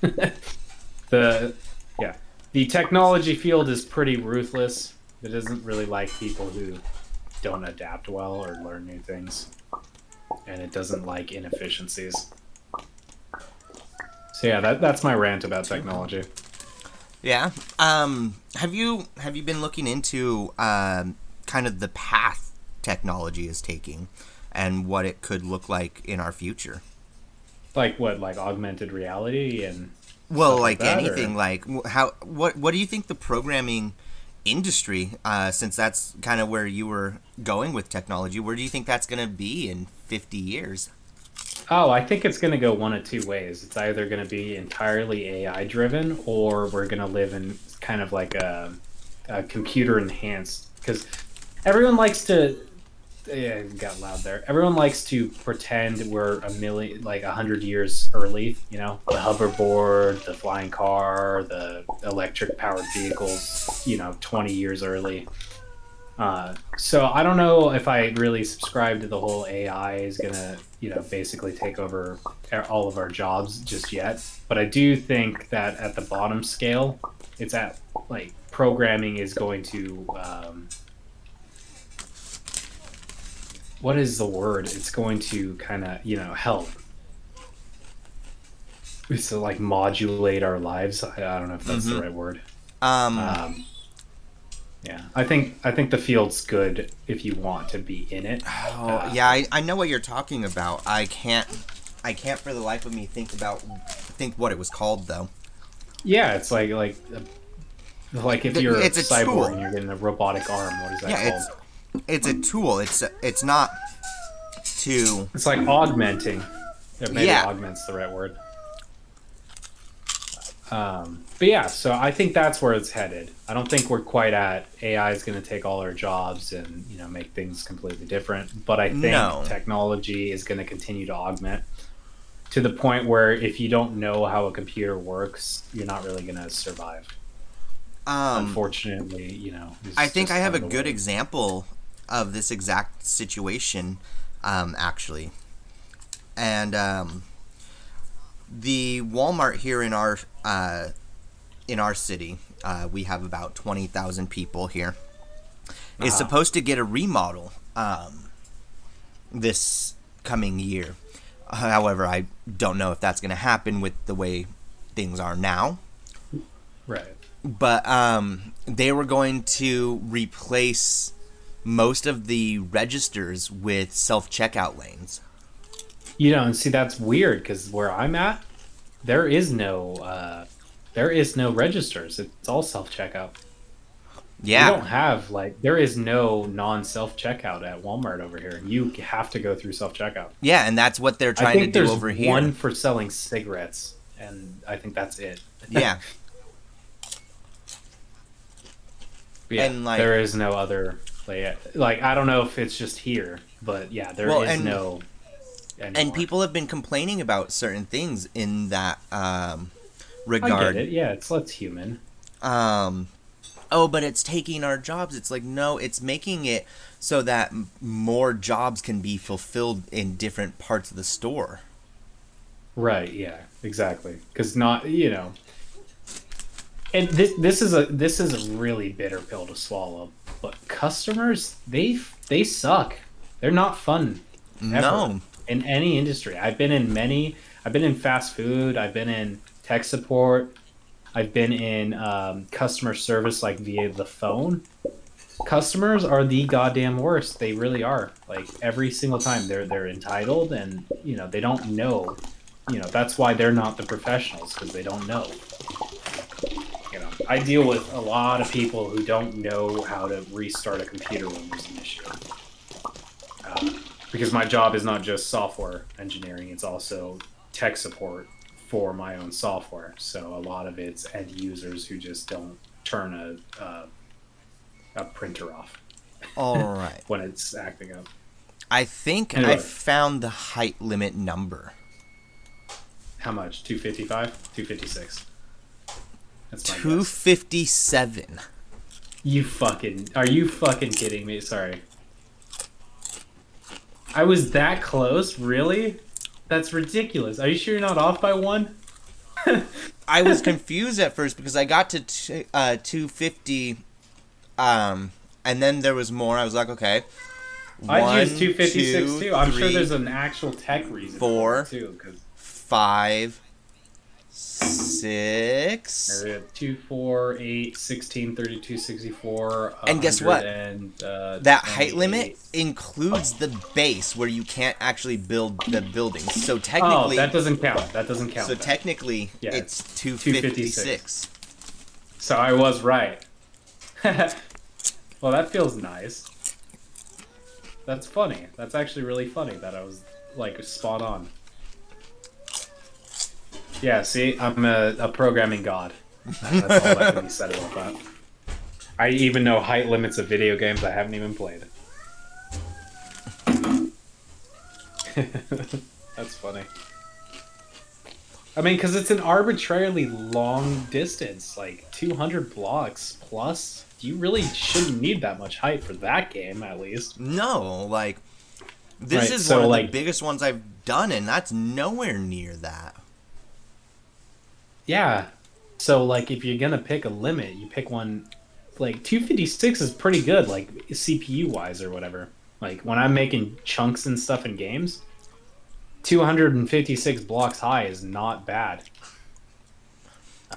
I'm I mean, thinking infinite's always better because, people just like the concept of infinites, but, there's a beauty in a restriction, too. Yeah. Actually, that brings me back to a programming topic. Wonderful. And that is what would mods for this game look like? That game? Yeah. One more time, what's it called? Townscaper.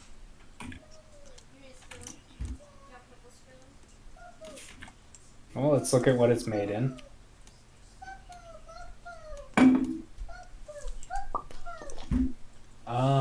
Townscaper is an indie video game released 2020. Yeah, so first, okay, so I do also do hacking, game hacking. So we're, because I didn't have enough hobbies.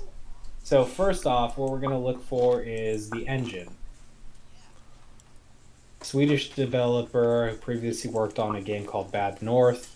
I'm going to pop that one up because they probably use the same engine. If it's not specified here, it might be there. Bad North looks pretty cool. This one has a lot more information, so I'm going to assume this one... Oh, it was on the Xbox. That's interesting. Okay, so first, I don't actually know the engine. There's no information on it, so I'm going to have to figure that one myself. So Townscaper, we're going to go Manage, Browse Local Files, and if it's Unity, I'm going to be able to tell right away.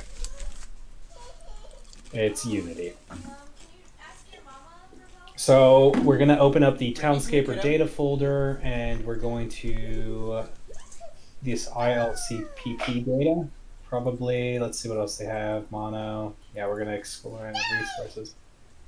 So there should be in here somewhere a game assembly DLL like that.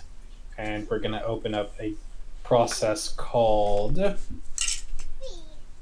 Sorry, you don't have my stream, so it's not as impressive. I think the program is called IL Assembly. I don't know. I have it on my work computer. Oh, DN Spy. I have it on my work computer because I have to open up my own .NET assemblies like all the time. I'm gonna assume the game's 32-bit.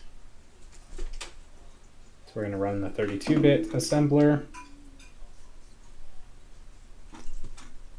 And most of it is reverse engineering, honestly. Like even if I open up this DN Spy program here, it's just going to show me the source code. And then from there, I'm going to be able to basically, given that I actually know the language, without getting too nerdy, I'm going to be able to say, take their DLL and use that DLL to load others. So if the game doesn't already inherently allow mods, my mod will be replacing their DLL with what it exactly does plus a mod loader. So then I'll link it to another DLL that is a mod loader. That mod loader will open a mods folder, and everything in there will also get dynamically loaded. Therefore, albeit the game is now moddable. Right. Not sure if that was too much. No, I mean that's perfectly fine. Yeah. Basically, I'm gonna be a parasite. I'm gonna open up its body, and I'm gonna take what is in there to load up my other parasitic bits. And so, what kind of mods do you think this game would be able to? What And kind of mods? it doesn't already allow mods. I'm not sure. I didn't find any. Because yeah, like C# is a really nice modding language. Okay, so the first thing I'm noticing, I've opened up their mod. I'm seeing header data, which unfortunately is not what I want. Header data means that the developer of the game decided to run it in C++. So there's a Unity option to create your program instead of loading in C#. Run the whole thing as C++. So, given that they did that, and there's probably not going to be an additional version. I mean, I can check real quick just to see if they intended for mods.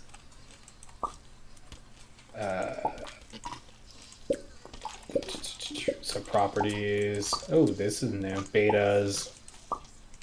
So they have a legacy version. I'm not sure why. Yeah.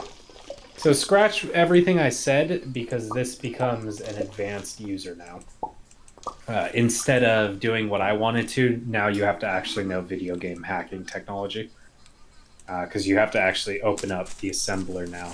And yeah, it's not, at this point, it's not as fun as, say, hacking RimWorld to add mods. Because the developer converted their code to C++. And that one doesn't have, yeah. Yeah, .NET's a little interesting. The programming language I use, instead of converting it into, say, assembly code like zeros and ones, or move whatever into whatever memory region, it becomes a mid language that's pretty similar and still readable. And that's really fun to hack because you actually get to learn a lot about the video game. In this case, I got to use like Cheat Engine and C++ like loaders to actually change the game. So more like Baka's mod for Rocket League is what you'd have to do to edit this game, where you have an external program that runs to add mods in. Okay. That's my best explanation. I mean,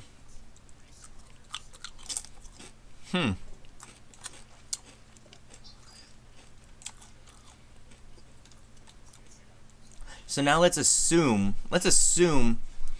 someone does decide to go that route to make a mod for the game. Yeah. It's not too yeah, it depends what you're trying to change. Yeah, so Are you trying to add a little avatar in there? Because that is so far beyond my level, it'd be insane. yeah, so like I have like no clue, like would you be able to I don't know, like make like adjustments to the world? Yeah, I mean, it depends what you're considering adjustments. Nothing is technically impossible. You can still do whatever you want. Mm-hmm. It's just how much skill do you have and how much time do Precisely. you have. Okay. So let's Like say someone say a feature that doesn't already exist in the game, it can be added, but it's extremely difficult. It's far easier to take, like, say, your monetary money value you have and, you know, increase that or something. That's it's not easy, but it's doable within my scope. And my scope's not very high in there. Okay. And so let's say someone wanted to do a really hard mod. And we're saying, like, what if they wanted to make their town and then run it as, like, a simulation? Yeah, see, in that case, it might actually be easier to figure out where the game saves, and figure out how it saves, steal its structure, steal the source code that tells it how to render, and then just make a whole new game basically that takes that file and lets you pop in there. It doesn't Okay. sound very elegant, but that actually would be easier than adding the new functionality. Just making another game that can actually parse the data. And what could be really cool with that is you could potentially do that and then present it instead of like throwing it out there for people. Present it to the creator and say, "Hey, Yeah, and people do that. Not just because they're called hackers and they're game hackers, they're not necessarily bad people. A lot Yeah. of them are just reverse engineering a game. Like they're just trying to figure out how it actually works. yeah, Or they're tweaking it. They're tweaking it to their what they think is fun. Like I got a good one: Clone Drone in the Danger Zone. It's some weird indie game where you can you're like this robot. And nothing's more fun than me opening the game up, cheating in a bunch of points, and basically destroying everyone. It's fun for me. I mean, I paid for the game. Why can't I, edit its values to do what I want to do to have fun? yeah." It's basically modding, except the game doesn't support mods, so I had to do it myself. You know. But yeah, so if the owner of the game, Townscaper, would want good mods, they would stop building it with the C++ libs. They'd keep it in .NET so that I could open up my little IL spy here, nerd shit, load an assembly outside. And then I could use that assembly. So anytime they update it, I basically open their thing, change a single line of code to load my assembler, and then we're good to go. That would be ideal. Yeah, because the C++ way is not fun. Are you hungry? Yeah. Do you have food? Yeah. Are you gonna eat it? Do you want some chips? I think you've had enough of the chocolate chips. Okay, this is the last bit of chocolate chips you get, okay? Yeah, I'd be kind of curious where they keep their save data. So it'd be kind of a fun, like, little side project, maybe, or something, if we had time to actually do something like that. Yeah. Well, and then, like... But a lot of it would be, like, just because I say it would be fun doesn't mean it wouldn't be hours and hours of figuring out how things render. Because... Yeah. Nothing's magical. It's a bunch of instructions loaded in memory. So if I want to figure out why the building has a triangle top instead of a 5-point top, it's honestly easier for me to just experiment in the game, figure out what it does, copy what it's doing, and then make something that does it like that, than it is to actually open up. Like we're saying source code, but it's not. It's just a bunch of gibberish, computer nonsense. Very difficult for people to read. Some can, I can't. I can barely figure it out, so it wouldn't be very helpful for me. Wow. Then again, I also do have reverse engineering software, so I can't open up the functions in like a higher language. But still, it's not super easy by any means. Yeah. It would probably be easier to just figure out what it already does and then copy it. Or in some cases, might just be easier to get the owner of the game on board with letting you mod it. Just telling them all you need to do is make a side branch on Steam that allows the non-C++ compiled version, and just make it a branch so people have to subscribe to it and they know the risks, and that branch is moddable. Yeah, I doubt. I doubt any. I doubt the maker of this game really wants it to be modded, because as it stated when I was reading the description of the game, this is a passion project with planned features to be added. And like I believe there was like a way to reach out though and express like interest in like certain features. Yeah, so I mean, I would do that if you want to see this game able Yeah. to be modded. Reach out for not asking them to ever change anything. They just make a new Steam branch when they do updates. That's a mono version. If they don't understand what that means, look up Avorion. Avorion's a great game idea. Open it up, properties, local file, betas. You'll see that they actually have where's it at here?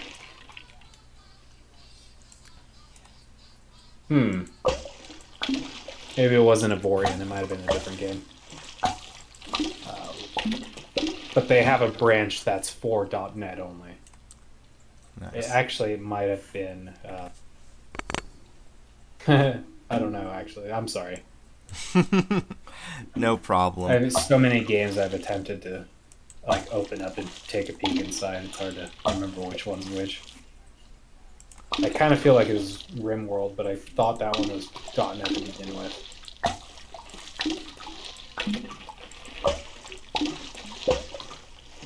Yeah. I think that's a pretty good spot to leave off on that question then, about technology Yeah, sorry. and gadgets. Yeah. No, that's Um, fine. That was good. yeah. I like that. Give me one quick second.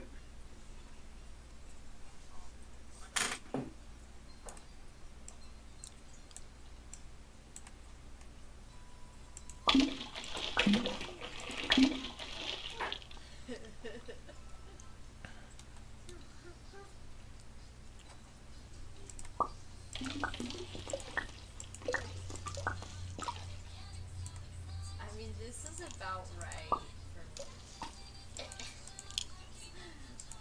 me.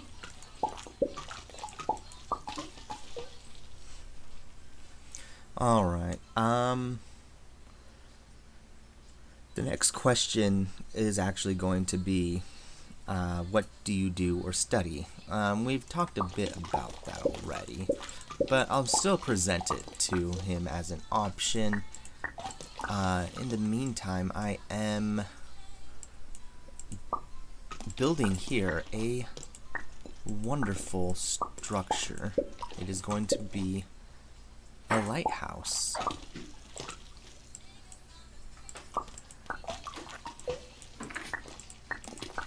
And I'm back. All right.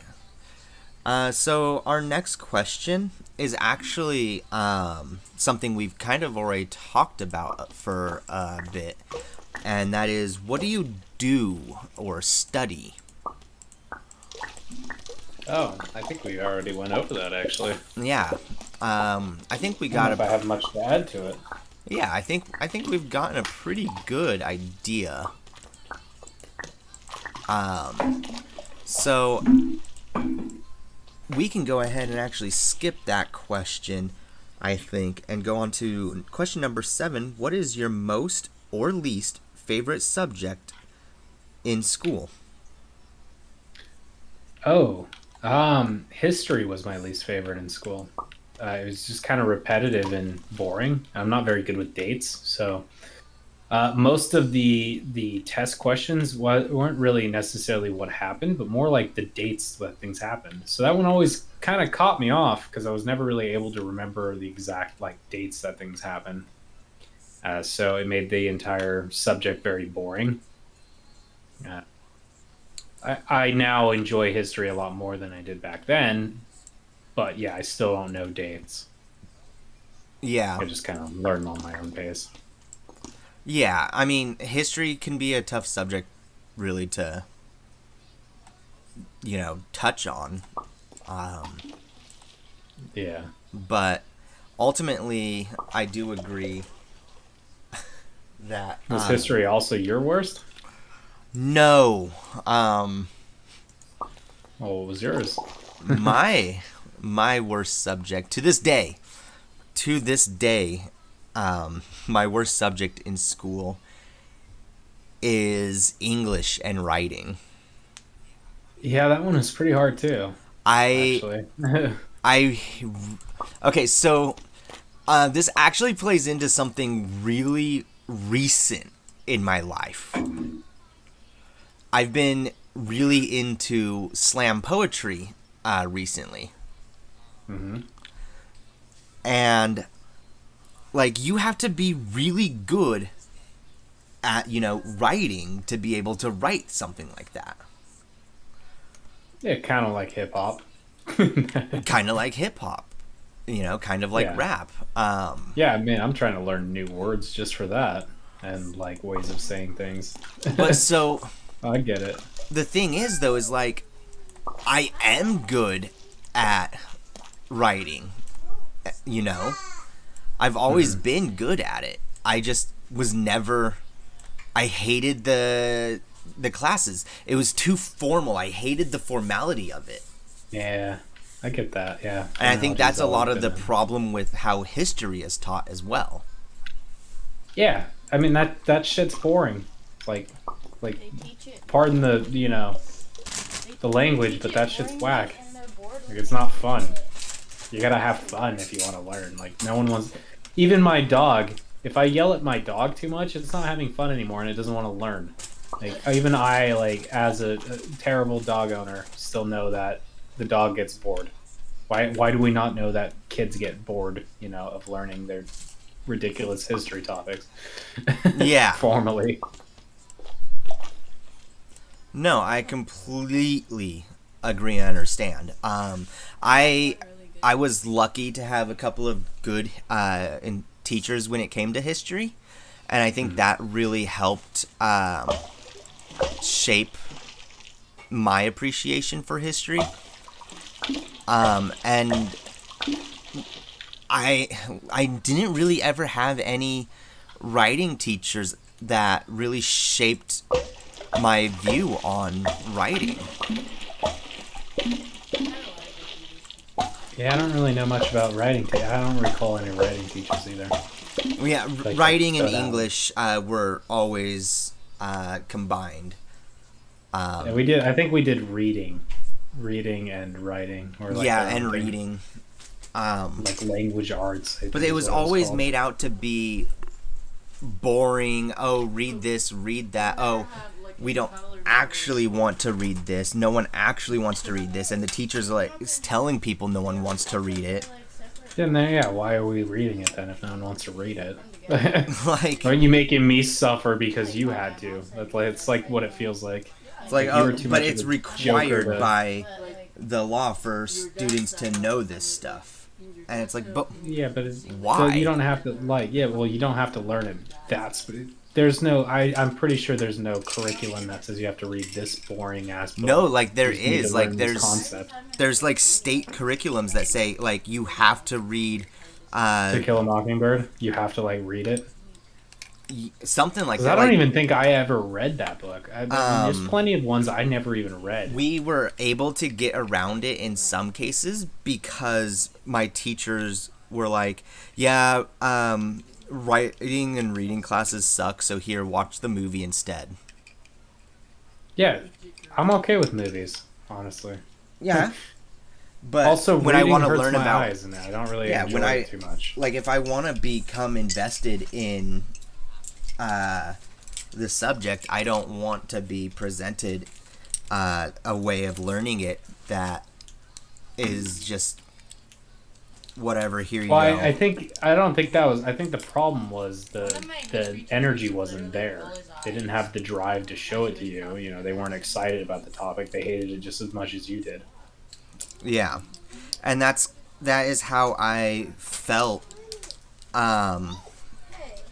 in all of Yeah. my writing classes versus like my history class. I had a history teacher that was like, okay, you guys are now going to reenact the freaking unions. You guys get into groups and here are the different roles. You guys have to do this, and like, Yeah, that sounds fun. We never did. We did no nonsense like that. It was just boring. Every other social studies teacher was always like it was awesome. Like I got to be and we competed. The groups competed to see who could get the best score, and so my group, I got to be the business owner.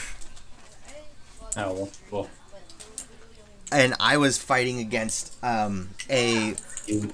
There was You here? Yeah, I'm here. Can you hear me? Yeah. Okay. Sorry. So yeah, I Very was good. this business owner, and I was going against a union being formed by the wives and Yeah. the wives and parents of the children, The quote bad side of it.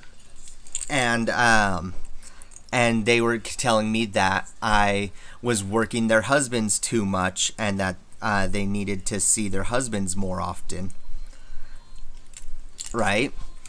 And at the end of this entire role playing thing, all of the groups got together and put their scores up for who won and by how many points. Was it the union or the business?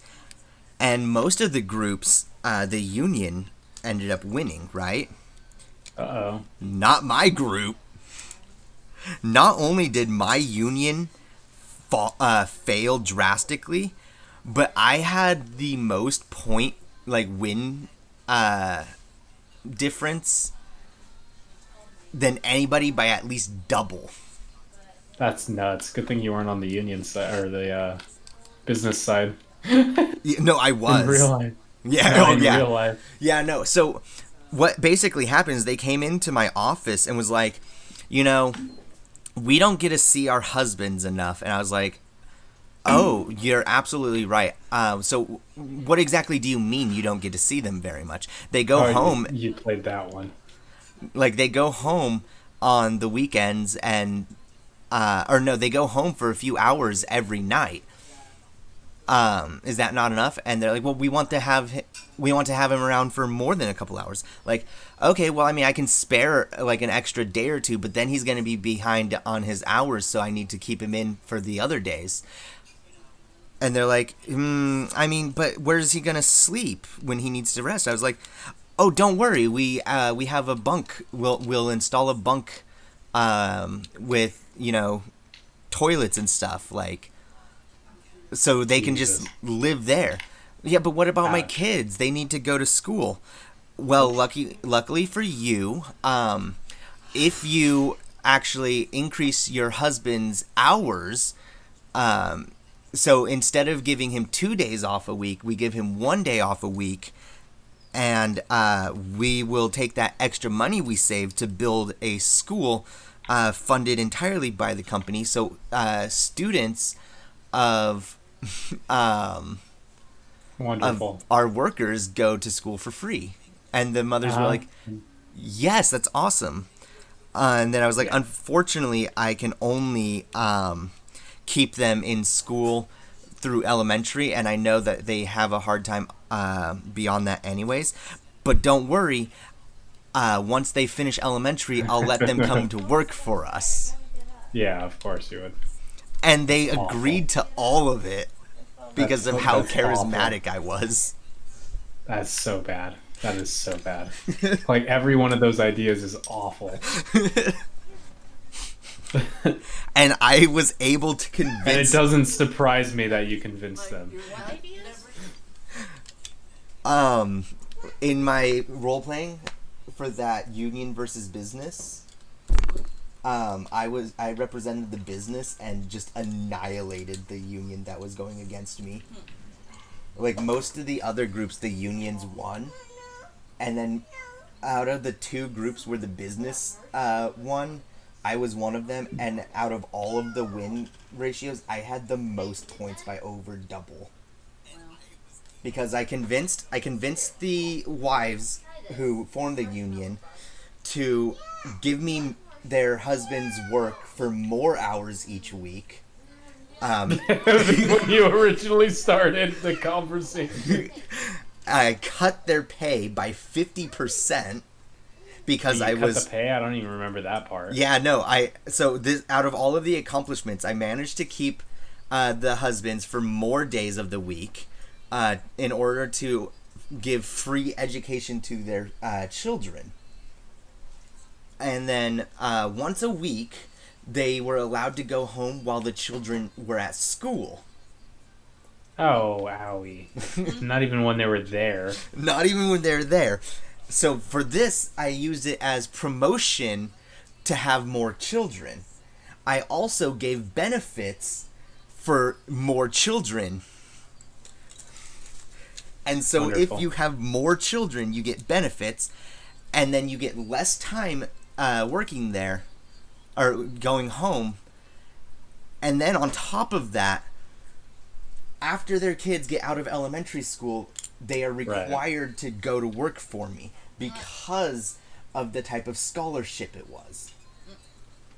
Or and there was no other option. Yeah, it was a legal agreement. They agreed to go to school, and I pay for it as long as they work for me later. Oh. That's hardcore. Like the kids. Why would they accept that? Because of the way I worded everything. I literally wrote the contract there with them. Oh my god. I was also one of the only groups that actually wrote a contract. And that's how you... that was like the perfect example of evil. Like, okay, you get to see your children less because they're going to be going to school. You get to see your husband less, and he's going to make half the wages. But that also means while your children are at school, we are expecting you to work. Who, the wife? Yeah, Oh, you got her too. yeah, literally. I looked at... Okay, so we had the checklist. That's why they're making half as much. Yeah, so there was a checklist of like the business gets points if this is met, and the union gets points if this is met. And so I specifically set up the entire scenario, and they just went along with it so that I got every check mark for me and none for them. Rough. Like, How did they not get any? The child care? yeah, they got like 1 point, but because of the way I did the education and stuff, like, Yeah, it wasn't very good. yeah, they got some points for the things I gave them. I gave them enough points to allow me, like, okay, I'll give you 1 point if you give me, 20 points. 30. And they're like, okay, well then maybe we can turn it around after that. Absolutely. But I mean, if you want to have that expectation, you're gonna have to pay me another, 20 points. Yeah. And that's when I learned that, maybe I have problems. Maybe I take competition a little too seriously. maybe I take competition a little too seriously. You told me to be evil. I will be the worst kind of evil. The worst. I didn't just enslave your husbands, the wife. I also got the children. I also made sure to keep their I remember making sure to keep their living situation poor as well. Of course, why would they leave if they weren't poor? Well, not only that, but I was able to use that against them. Like, do you really think that you relying on me have a place to stand? How dare you? That's pretty rough. Do you want me to get your grandfather back in here to work? He died last week, and my point still stands. I don't understand that point then. Even if he's in his grave, I'm still going to drag his ass to work. Oh, that's rough. Like, I made it very clear to the union that I own them. That's rough, Holmes. That's pretty bad. Kind of just showed how it actually happens. Exactly. They teach it like unions. Oh, woohoo! Yay! And that's You why just I say this is love, bad and it's fixed. like, that's Yeah, I mean, the unions had to sacrifice basically everything that they, thought. Like, they could have lost everything at any moment. yeah. Like, I love history because of that. Yeah. Like, I don't have any experiences like that. like it was great. I was fucking awful. What's the next question? The next question. How do you get along with the people you work with? Acceptably. I don't really talk to a lot of people. I'm Yeah. actually pretty quiet. So, I thought it was asking like methods.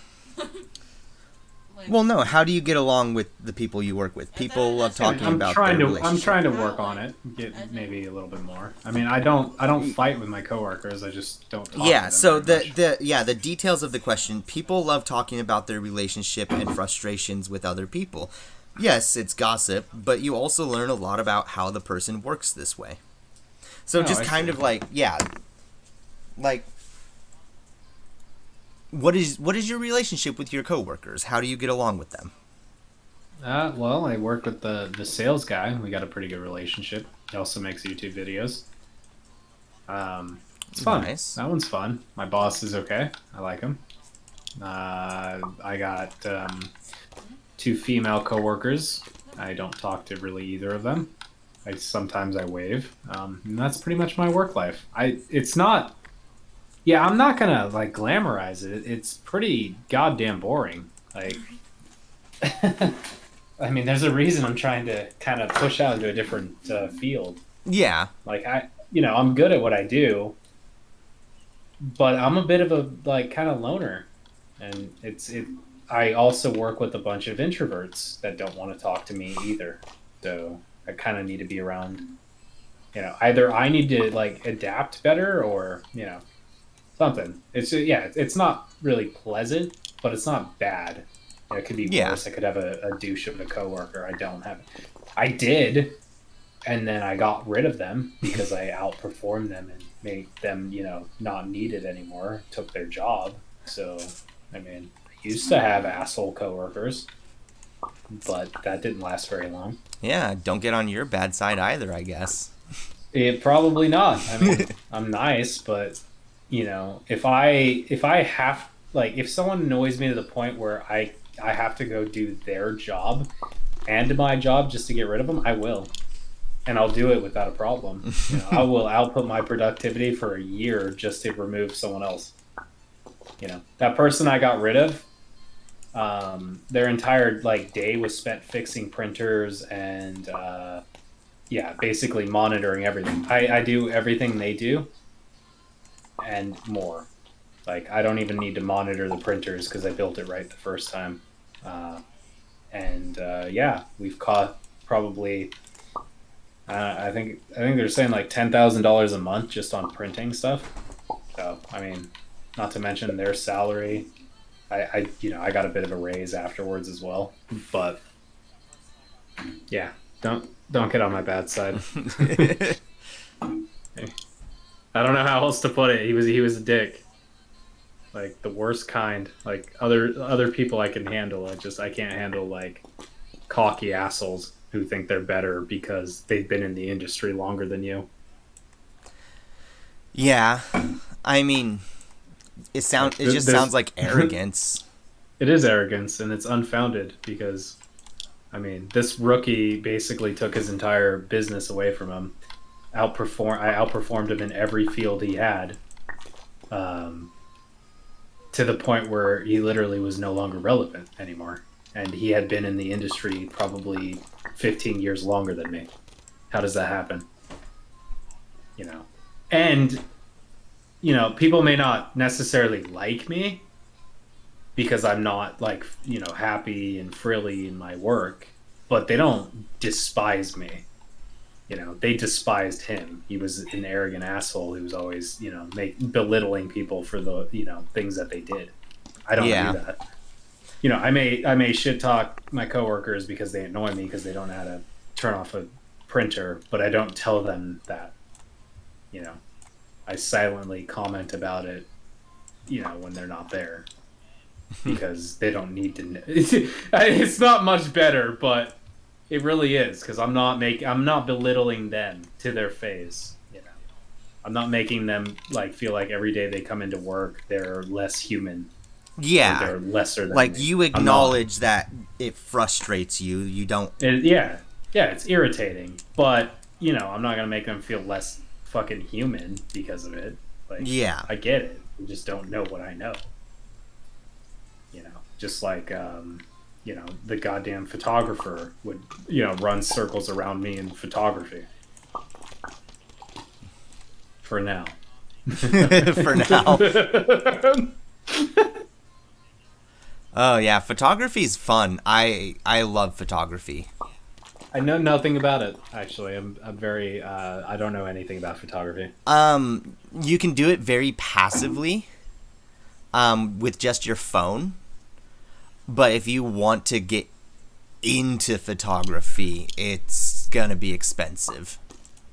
Yeah, I mean, everything I do is expensive, honestly. I got into the music industry, it was ridiculously lots of money. Yeah, photography will be the same way, and you just end up with a lot of stuff that you're like, I don't even know what to do with this. Fair enough. Yeah, photography never really stood out to me. Yeah. Yeah, I love it. Like in my video game life, I'm not an asshole generally, but if someone's already an asshole, I destroy them. That's just kind of the way it is. Like, I don't get enough people to destroy. So when one decides to kind of pop up, I make it my life's journey to remove them and take them off that high horse that they're on. I don't know. Nothing gives me more pleasure than removing someone from the little high stepping stool they're on.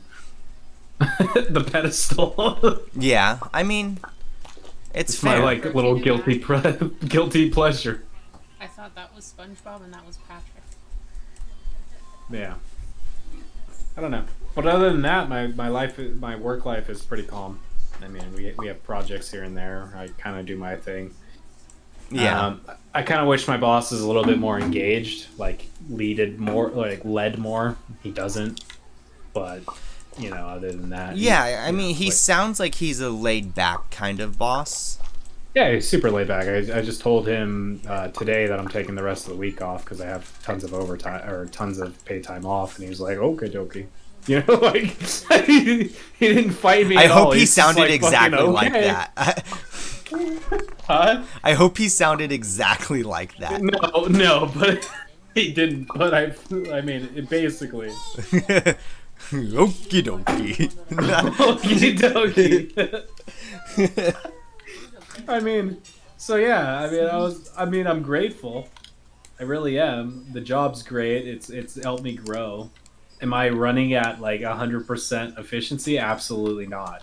No, probably maybe 50%. And I feel like that's part of growing up that is kind of understated a lot. Is that I've been there 4 years. Yeah. Like, it's been a long time at this one company. Well, and we just assume that we're expected to just kill ourselves overworking ourselves. And yeah, in my younger years, if you are an aspiring programmer and you're to take one thing from this podcast, stop fucking trying so hard. That's all you got to do.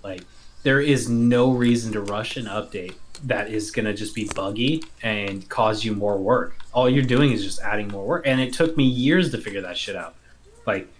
I'm talking with my boss about shit we're doing next year, 3 weeks out. We're not even doing my plan. This isn't his plan. This is my plan. I told it to him. He agreed. We're just going to kind of chill out for the rest of the year. Like, not going to really do anything new. We're just going to let everyone catch up and, do their thing. Next year, we're going to do an update that I've already finished. I've done tested. Everything is like the bugs from I haven't even found a single bug through all my testing. So there may be one or two that are unknown. But everything's been tested out. And all I had to do was just push it to next year. Give it like a month. It's been, I think I started working on it like a month or two ago. Like I had probably just a month. But the point is still the same. Rushing isn't gonna do anything. You're just gonna make yourself look stupid because you're gonna rush something out when it's not ready, and then you're gonna be the one who has to come in early or work at 4 a.m. or pull 12-hour shifts when you get to compete against me, the programmer who gets to show up at 9, 10, leaves at 4, 3, puts out less updates, but they're reliable. I'm the one people want to work with. They don't want to work with the little Spitfire guy who keeps throwing out issues for them to have to deal with. They don't. Like, I should have embraced it a lot more early on in my career. Laziness gets you very far in the programming industry. Just being lazy. Like, lazy doesn't mean you don't work. It just means you're a little bit hesitant to do shit because it's going to ultimately require more work. Yeah.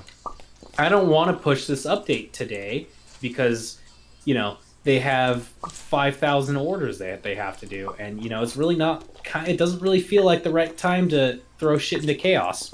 How about Friday when the week's over? I'm sure they can wait 5 days. I mean, why complicate things when I can just wait? Yeah. And that one took me 3 years to figure out. I didn't figure that one out until probably this last year. It's been a very growthful year of mine when I had to take over that other guy's job, and I realized how he never updated, of course, but I realized how much more work I had. I didn't have time to also throw shit into chaos constantly. And then I fixed the work, and then all of a sudden now I don't have tons of stuff to do anymore. I get to calmly go into work and fix things and do stuff. And it's a lot more boring, it is. But I'm working a fraction of the hours now. Yeah. I can shave an hour or two off of my workday every day. Right, and your salary. And I'm salary, right, yeah. Let's keep that in mind. I am salary, so me cutting 2 hours off my day or even 1 hour is actually me making money. That's less time I'm at work. Whereas me working another 2 hours because I messed something up. Yeah, so you're taking the time to do things correctly, and that is benefiting you because that means you don't have to work late. I'm just not as eager to do things. I don't know how to. It's an experience thing. It really is. Right, and I'm beginning to understand that myself. Yeah, that control. Here's a good one. That Control game. I wanted to play it. I really wanted to push another episode, get another one done, or I can do it tomorrow. Not because I don't, want to do it today or that I don't have. It'll be better if I let it build up. I let the tension build up. I let the angst go instead of doing everything right now to satisfy my, ego. And my company appreciates it. I'm putting less work in, and they actually appreciate it. They're happy with how everything's going. Things are less buggy. Right. They're a lot more reliable. Right. Right, because ridiculous. Ultimately it saves all them I did was time I just too. stopped working so fucking hard. Because but ultimately it saves them time too. It makes things run smoother. I started doing the same thing at Taco Bell. So a lot of people on the headset, they just kind of all right, I'll take your order, and then you go pick it up at the window. And then they'd get cars all the way done, 4 orders done. The kitchen's working on all 4 orders, and the car that's at the screen has to wait for you to get someone moving along before you can start taking their order. Yeah, or their money. Yeah, and exactly. I changed that, and all of my managers were so much more appreciative of the way I started doing things. Instead of just like, hey, is the order right? Cool, go. I was like, all right, well, now just to double check, I'm going to go ahead and read back your order, and then I'd read it back. Oh my god, I love that shit. When someone at... Sorry, I don't mean to interrupt you, but I eat at Jack in the Box. They mess my order up all the time. Mm-hmm. So when someone reads me back my order as they're handing it to me, and they're not like half-assed doing it, like they're actually like telling me what's in there, I just leave. Like I don't sit there and wait at the timer to go double check what they just told me. I fucking believe them. I'll pull to the side and look or whatever, but you know, I appreciate it when someone tells me this is what you ordered, this is what's in the bag. You know, and it sounds like common goddamn courtesy, it really does, but I appreciate it a lot. Yeah. Unfortunately, we can't do too much as far as like guarantee that the item is in the bag anymore. Like it used to be the job of the quarterback to double check, make sure everything was in there, and tell the person at the window. Yeah, that doesn't matter. Just the fact that you've given the effort where it wasn't needed is all that really matters. But yeah, and so when it instills confidence. When I was at the window as well, I changed how I approached everything, and essentially I told the customer as much as I can. I was like, all right, so your total is going to be this. We're going to go ahead and take your card. I explained the entire process. I'll get your drinks and your food out momentarily. Here you are. And as long as you keep talking the entire time about exactly where you are in the process, they have no reason to question what you're doing. No, I feel like a lot of the anger with fast food is that it feels like people are kind of half-assing it and they don't really care. Right, and that's true. Like, my biggest issue with the Jack in the Box, the one that like I wrote the ticket on, is it felt like no one could remember anything. Like I'd ask for something and they wouldn't remember. Like they can't, or like they give me the food and then I'd ask them to double check, did you get my correct amount of sauces, because they're sauce Nazis over there, and then shut the fucking window in my face. Like I'm mid sentence. I'm like, are you kidding me? Like, yeah. Okay, I'll just check it myself, and then I stay there. Like I'm the asshole because I'm holding up the line. It's like, you people just literally. I started talking and you closed a fucking like door on me. Could you imagine if I went to like Walmart, ordered something specifically by word, went up there and they just fucking closed the door on me? No way. No one would put up with that shit. Like this is bad customer service. So yeah, I mean, if you put more effort in, like I get it, it's just fast food, but if you're gonna go through life with that mentality that it's just this, so I don't need to put my full effort in, you're not gonna get very goddamn far. Yeah.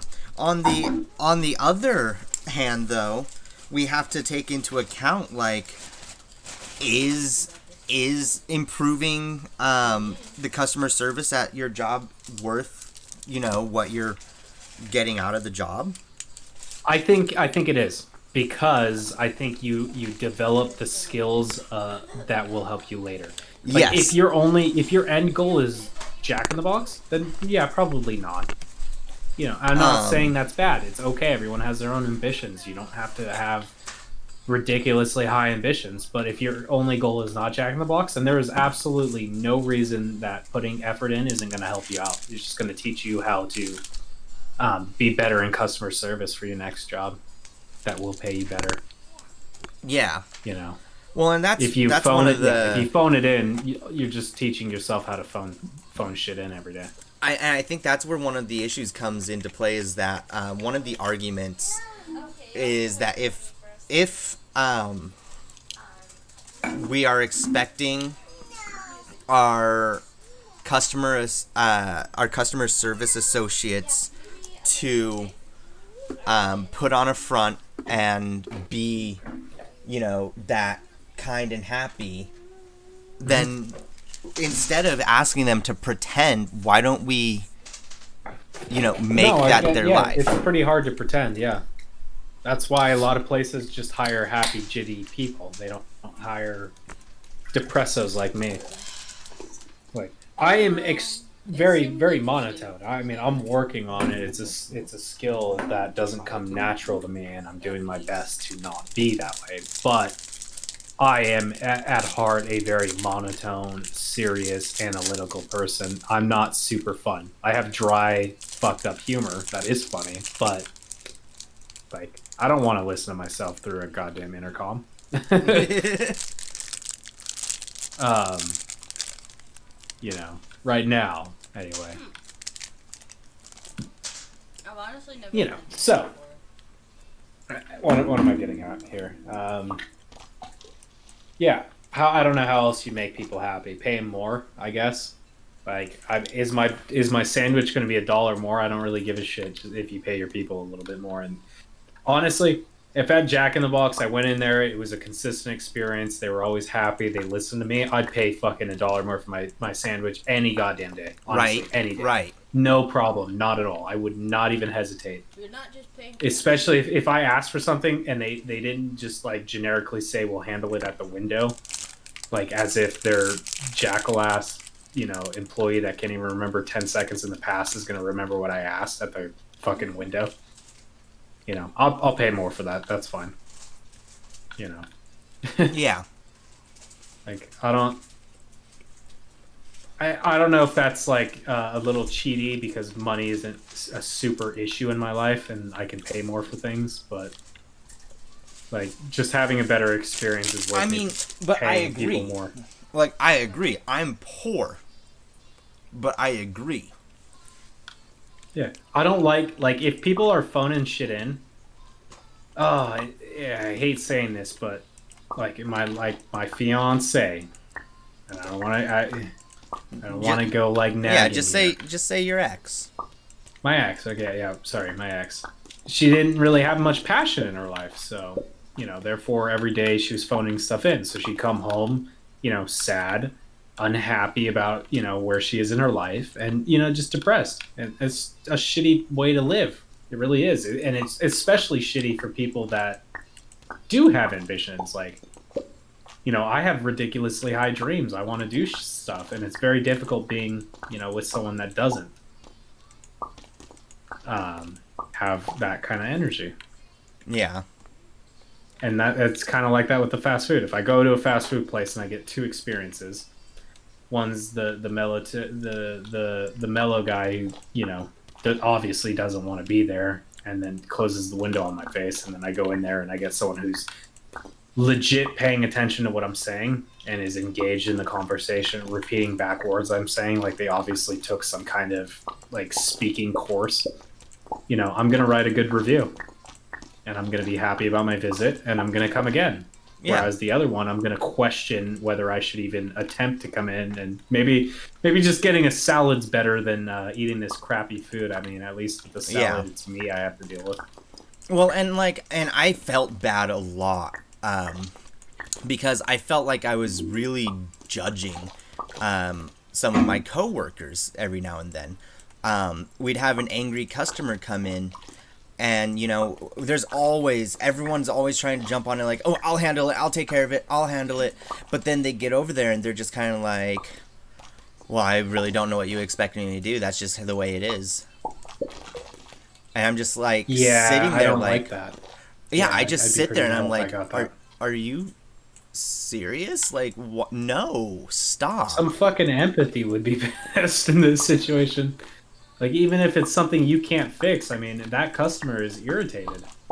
Like, It's not just about the customer, but you should still have the skills to deal with that in life. so yeah, I agree. And but then we have to ask ourselves, and this is what a lot of people, they question, and we have to be able to convince them of this, is that would that extra, dollar to their sandwich actually improve the situation? And that's what's scary, is it probably wouldn't. And that's why it's likely at where it's at. Because generally, people, I think, phone in most of their life. And I don't think it's a money thing. I think it's a person thing. Because if I can not put the energy in every day, then why the hell would I? You know, and I think that's like the curse of mankind. I mean, I do it too. I do it at my job. Like, I don't always give it 100. But you know, when it does get me in the zone, I'm super into it. So Yeah. I guess that. Well, and I mean, Yeah. there's still there is still the point of, like, you shouldn't be overworking yourself in the first place. True. And Yeah, so, well, yeah. I think the A argument. lot of us have different money like needs. Like, Yeah, I think I have high money needs. I think I got way the too many. argument Sorry. isn't necessarily though, like, well, should people be required to have a better attitude to improve people's experiences, or should Right. it be a trade-off that we consider not really a skill, because people can be skilled in it, more I think having a It's a high energy tool. and high attitude is absolutely a skill. Yeah, well, it's also a tool that, like, I think people don't really respect that. Like, that is something, like, for me, for example, I'm not just naturally good at speaking. I took classes. I developed that skill. And so, like, yeah, I am not entry level when it comes to customer service. You know? Yeah, I mean, I had jobs in that field. Like, yeah, I mean, it doesn't really relate because I'm a programmer and I can be monotone, but I wasn't always this way. I mean, I had jobs Yeah. where I had to answer phones and I had to be empathetical. You know, I had people upset about their goddamn Christmas trees, you know. But When, I see you it a know, lot. and they had a damn reason for it, and there was still a way to justify, like, it was just the rich snobs upset. It was like, they paid money for their stuff. Why am I like judging Yeah. them that they're mad their shit that wasn't what they expected? But I mean, like, I've had managers be all like, "Oh, your energy is wonderful. I mean, I wish the rest of the team could, get it together." And it's like, Yeah. why should they? Right. Have you Yeah. did you state that was a requirement for this small amount of pay? Did you allow for that to be negotiable? Like, no. No, it was never a question, because if that was the only option, they wouldn't have people to work. There's not enough high energy people in the world to fill all fast food. Like, Because high energy like I said, it's a skill. Not everyone Well, yeah. has it. I don't have But it. that's I mean, where I'm working the on it, but I don't have it. yeah, so that's where the it is a skill. We shouldn't be treating it as a base requirement for No. entry level. I mean, yeah, if it was so important, why didn't you train them how to do it? I mean, obviously it's got to be trainable, right? Right, and they are supposed to allot like 2 weeks to training. But Yeah, do but they? instead they teach you like dumbass shit. Like, yeah. all right, here's where everything Or is. my training that was like a day on the computer. Yeah, like, And okay, then, you spend like, 1 week as you progress through the doing job, you spent more time. One time at the Jack in the Box I worked, I spent my own personal time off on the computer system so I could get it done in time to get a raise, because they would not pay me company time to be on the computer. None of it had to do with handling customers, by the way. It was Yeah. all money and retarded shit like that. Yep. And so that's like, every time I get on the computer training, there's always some guy staring at me and is just like, and remember to always smile. And it's like, dude, Oh, that's that's corny. like, that's so creepy and like dystopian, and like, are you gonna pay That me is to pretty smile? Right. Pay me to smile. Like, I get that, yeah. There also should be jobs like, we need low energy So- employees. We are annoyed by high energy employees. And there is stuff like that There that's is kind of coming there into is low existence. energy jobs. Yeah, there is. Um, Not everyone likes high energy people. no, Especially me. Like sometimes high energy people just drive me fucking crazy. Like Mm-hmm. like the gas station teller, I want to get my fucking energy drink and I don't want them to comment about my goddamn day or like how beautiful shit is. I just want my fucking drink and I want them to shut up. yeah, and that there's an element to that still that Good to have a is balance. yeah. A So balance with of me, employees. I will introduce myself in a more like in between of high and low energy, mostly leaning towards high energy, and depending on how they respond, I will either stop talking or keep going. Yeah, that's fair. I think I need to do more improv. And that it comes back down to that was all like I learned that. I went out of my way to learn that. It's a skill that I acquired in my time. So I've got this D&D campaign, right? I'm hosting. Right? I'm not really feeling it anymore. So I think I'm going to end it. Yeah. I kind of heard them Unfortunately, I'm not really interacting. like I have this nice story. It's really cool and I got this whole dungeon like built with all this stuff, but I'm not like really into it. Yeah. I mean, that's understandable. The crew isn't really getting my vibe. Like I built the first week, spent a Saturday building the story, and we still have not gone through my first week's worth of. Oh my god, stuff. my Starfinder GM is like. I think it's worse. Like I built the entire campaign one Saturday evening. I spent like 2-3 hours on it, and we still haven't gone through that content. And it's the third week. It's the fourth week now. Yeah. So it's just not gonna work out for me. yeah, no, it's really bad, and I'd really like to try to, get through some stuff. But like even we just did a session 2 nights ago, and it still felt like we didn't really accomplish anything. It was originally going to be me and Red and one of Red's friends, but then a bunch of people got involved and kind of tainted it. Yeah. Like I like the people. Like we once the game is over, we do some like Jackbox and stuff, and that's fun. But the campaign, it's not like flowing really well, And it might be my skill, but I'm not into it. Yeah. It's just kind of boring me. Like, do you want to try being a player again? not really. I'm too much of a control freak for that shit. Like, I mean, why do you have a campaign or something? I mean, yeah, I do have a campaign, and I was thinking maybe you could sit in for a session, do a one shot. I mean, see I how it can feels. try it. Yeah, I don't see why I couldn't.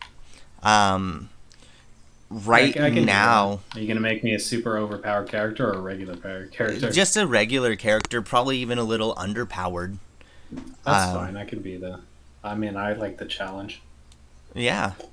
I like making stories. I do. It's just when things don't flow and they feel all awkward, and you have a bunch of like first time players, and then I don't know. It's not. Yeah. Well, and so my main campaign, they're all veterans at this point. Yeah, and that's scary. Like to me, like I mean, but when people say veteran, like it brings like there was gonna be another guy who was gonna join who's like a experienced player or whatever. I'm like, we play pretty heavy homebrew here. I think experienced player, and I think they're always more experienced than me. And then I realize, I mean, I've played a lot of actual D&D. Yeah. Like I've hosted like 4 or 5 campaigns. Like Plus yeah. this one, a couple I weird would offshoots say that aren't quite D&D. I mean, I'm not inexperienced. I may not know the rules as well as some, but I mean, I know the game. Yeah. Yeah, I mean, I could probably play as not the GM for once. I might actually enjoy it a little bit more, not knowing what's going to happen. Yeah, I mean, you can sit in this next session. they're getting ready. There's going to be a festival, New Year's festival, actually. What day? Um, that would be It's Saturday. D&D, right? Yeah, it's D&D 5e. Saturday? Yeah, we do it Saturdays at around noon. Okay. Wow, that's early. Damn, son. All right. Well, yeah, I got mine at. I'm not sure if I'm just gonna cancel mine. I don't like canceling, but there's too many new players. Like, I don't want to sound fucky, but like, there's a perfect balance of new players and not new players. Yeah, And, so like 50 or more percent isn't good because you just get a bunch of people who don't know what the fuck they're doing.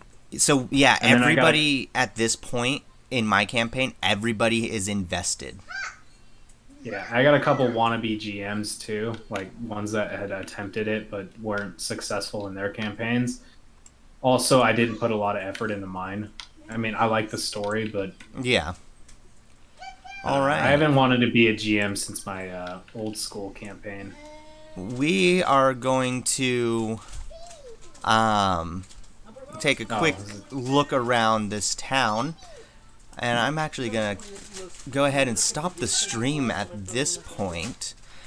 Oh, you want to do a round of Rocket League since I'm all freaking warmed up? Yeah, let me get I've up, been stretch training out a for, little like, bit, ever. and Yeah, then I'll good be point. right back. But yeah, so thank you guys very much for Yeah, it was joining fun. me. Thank you.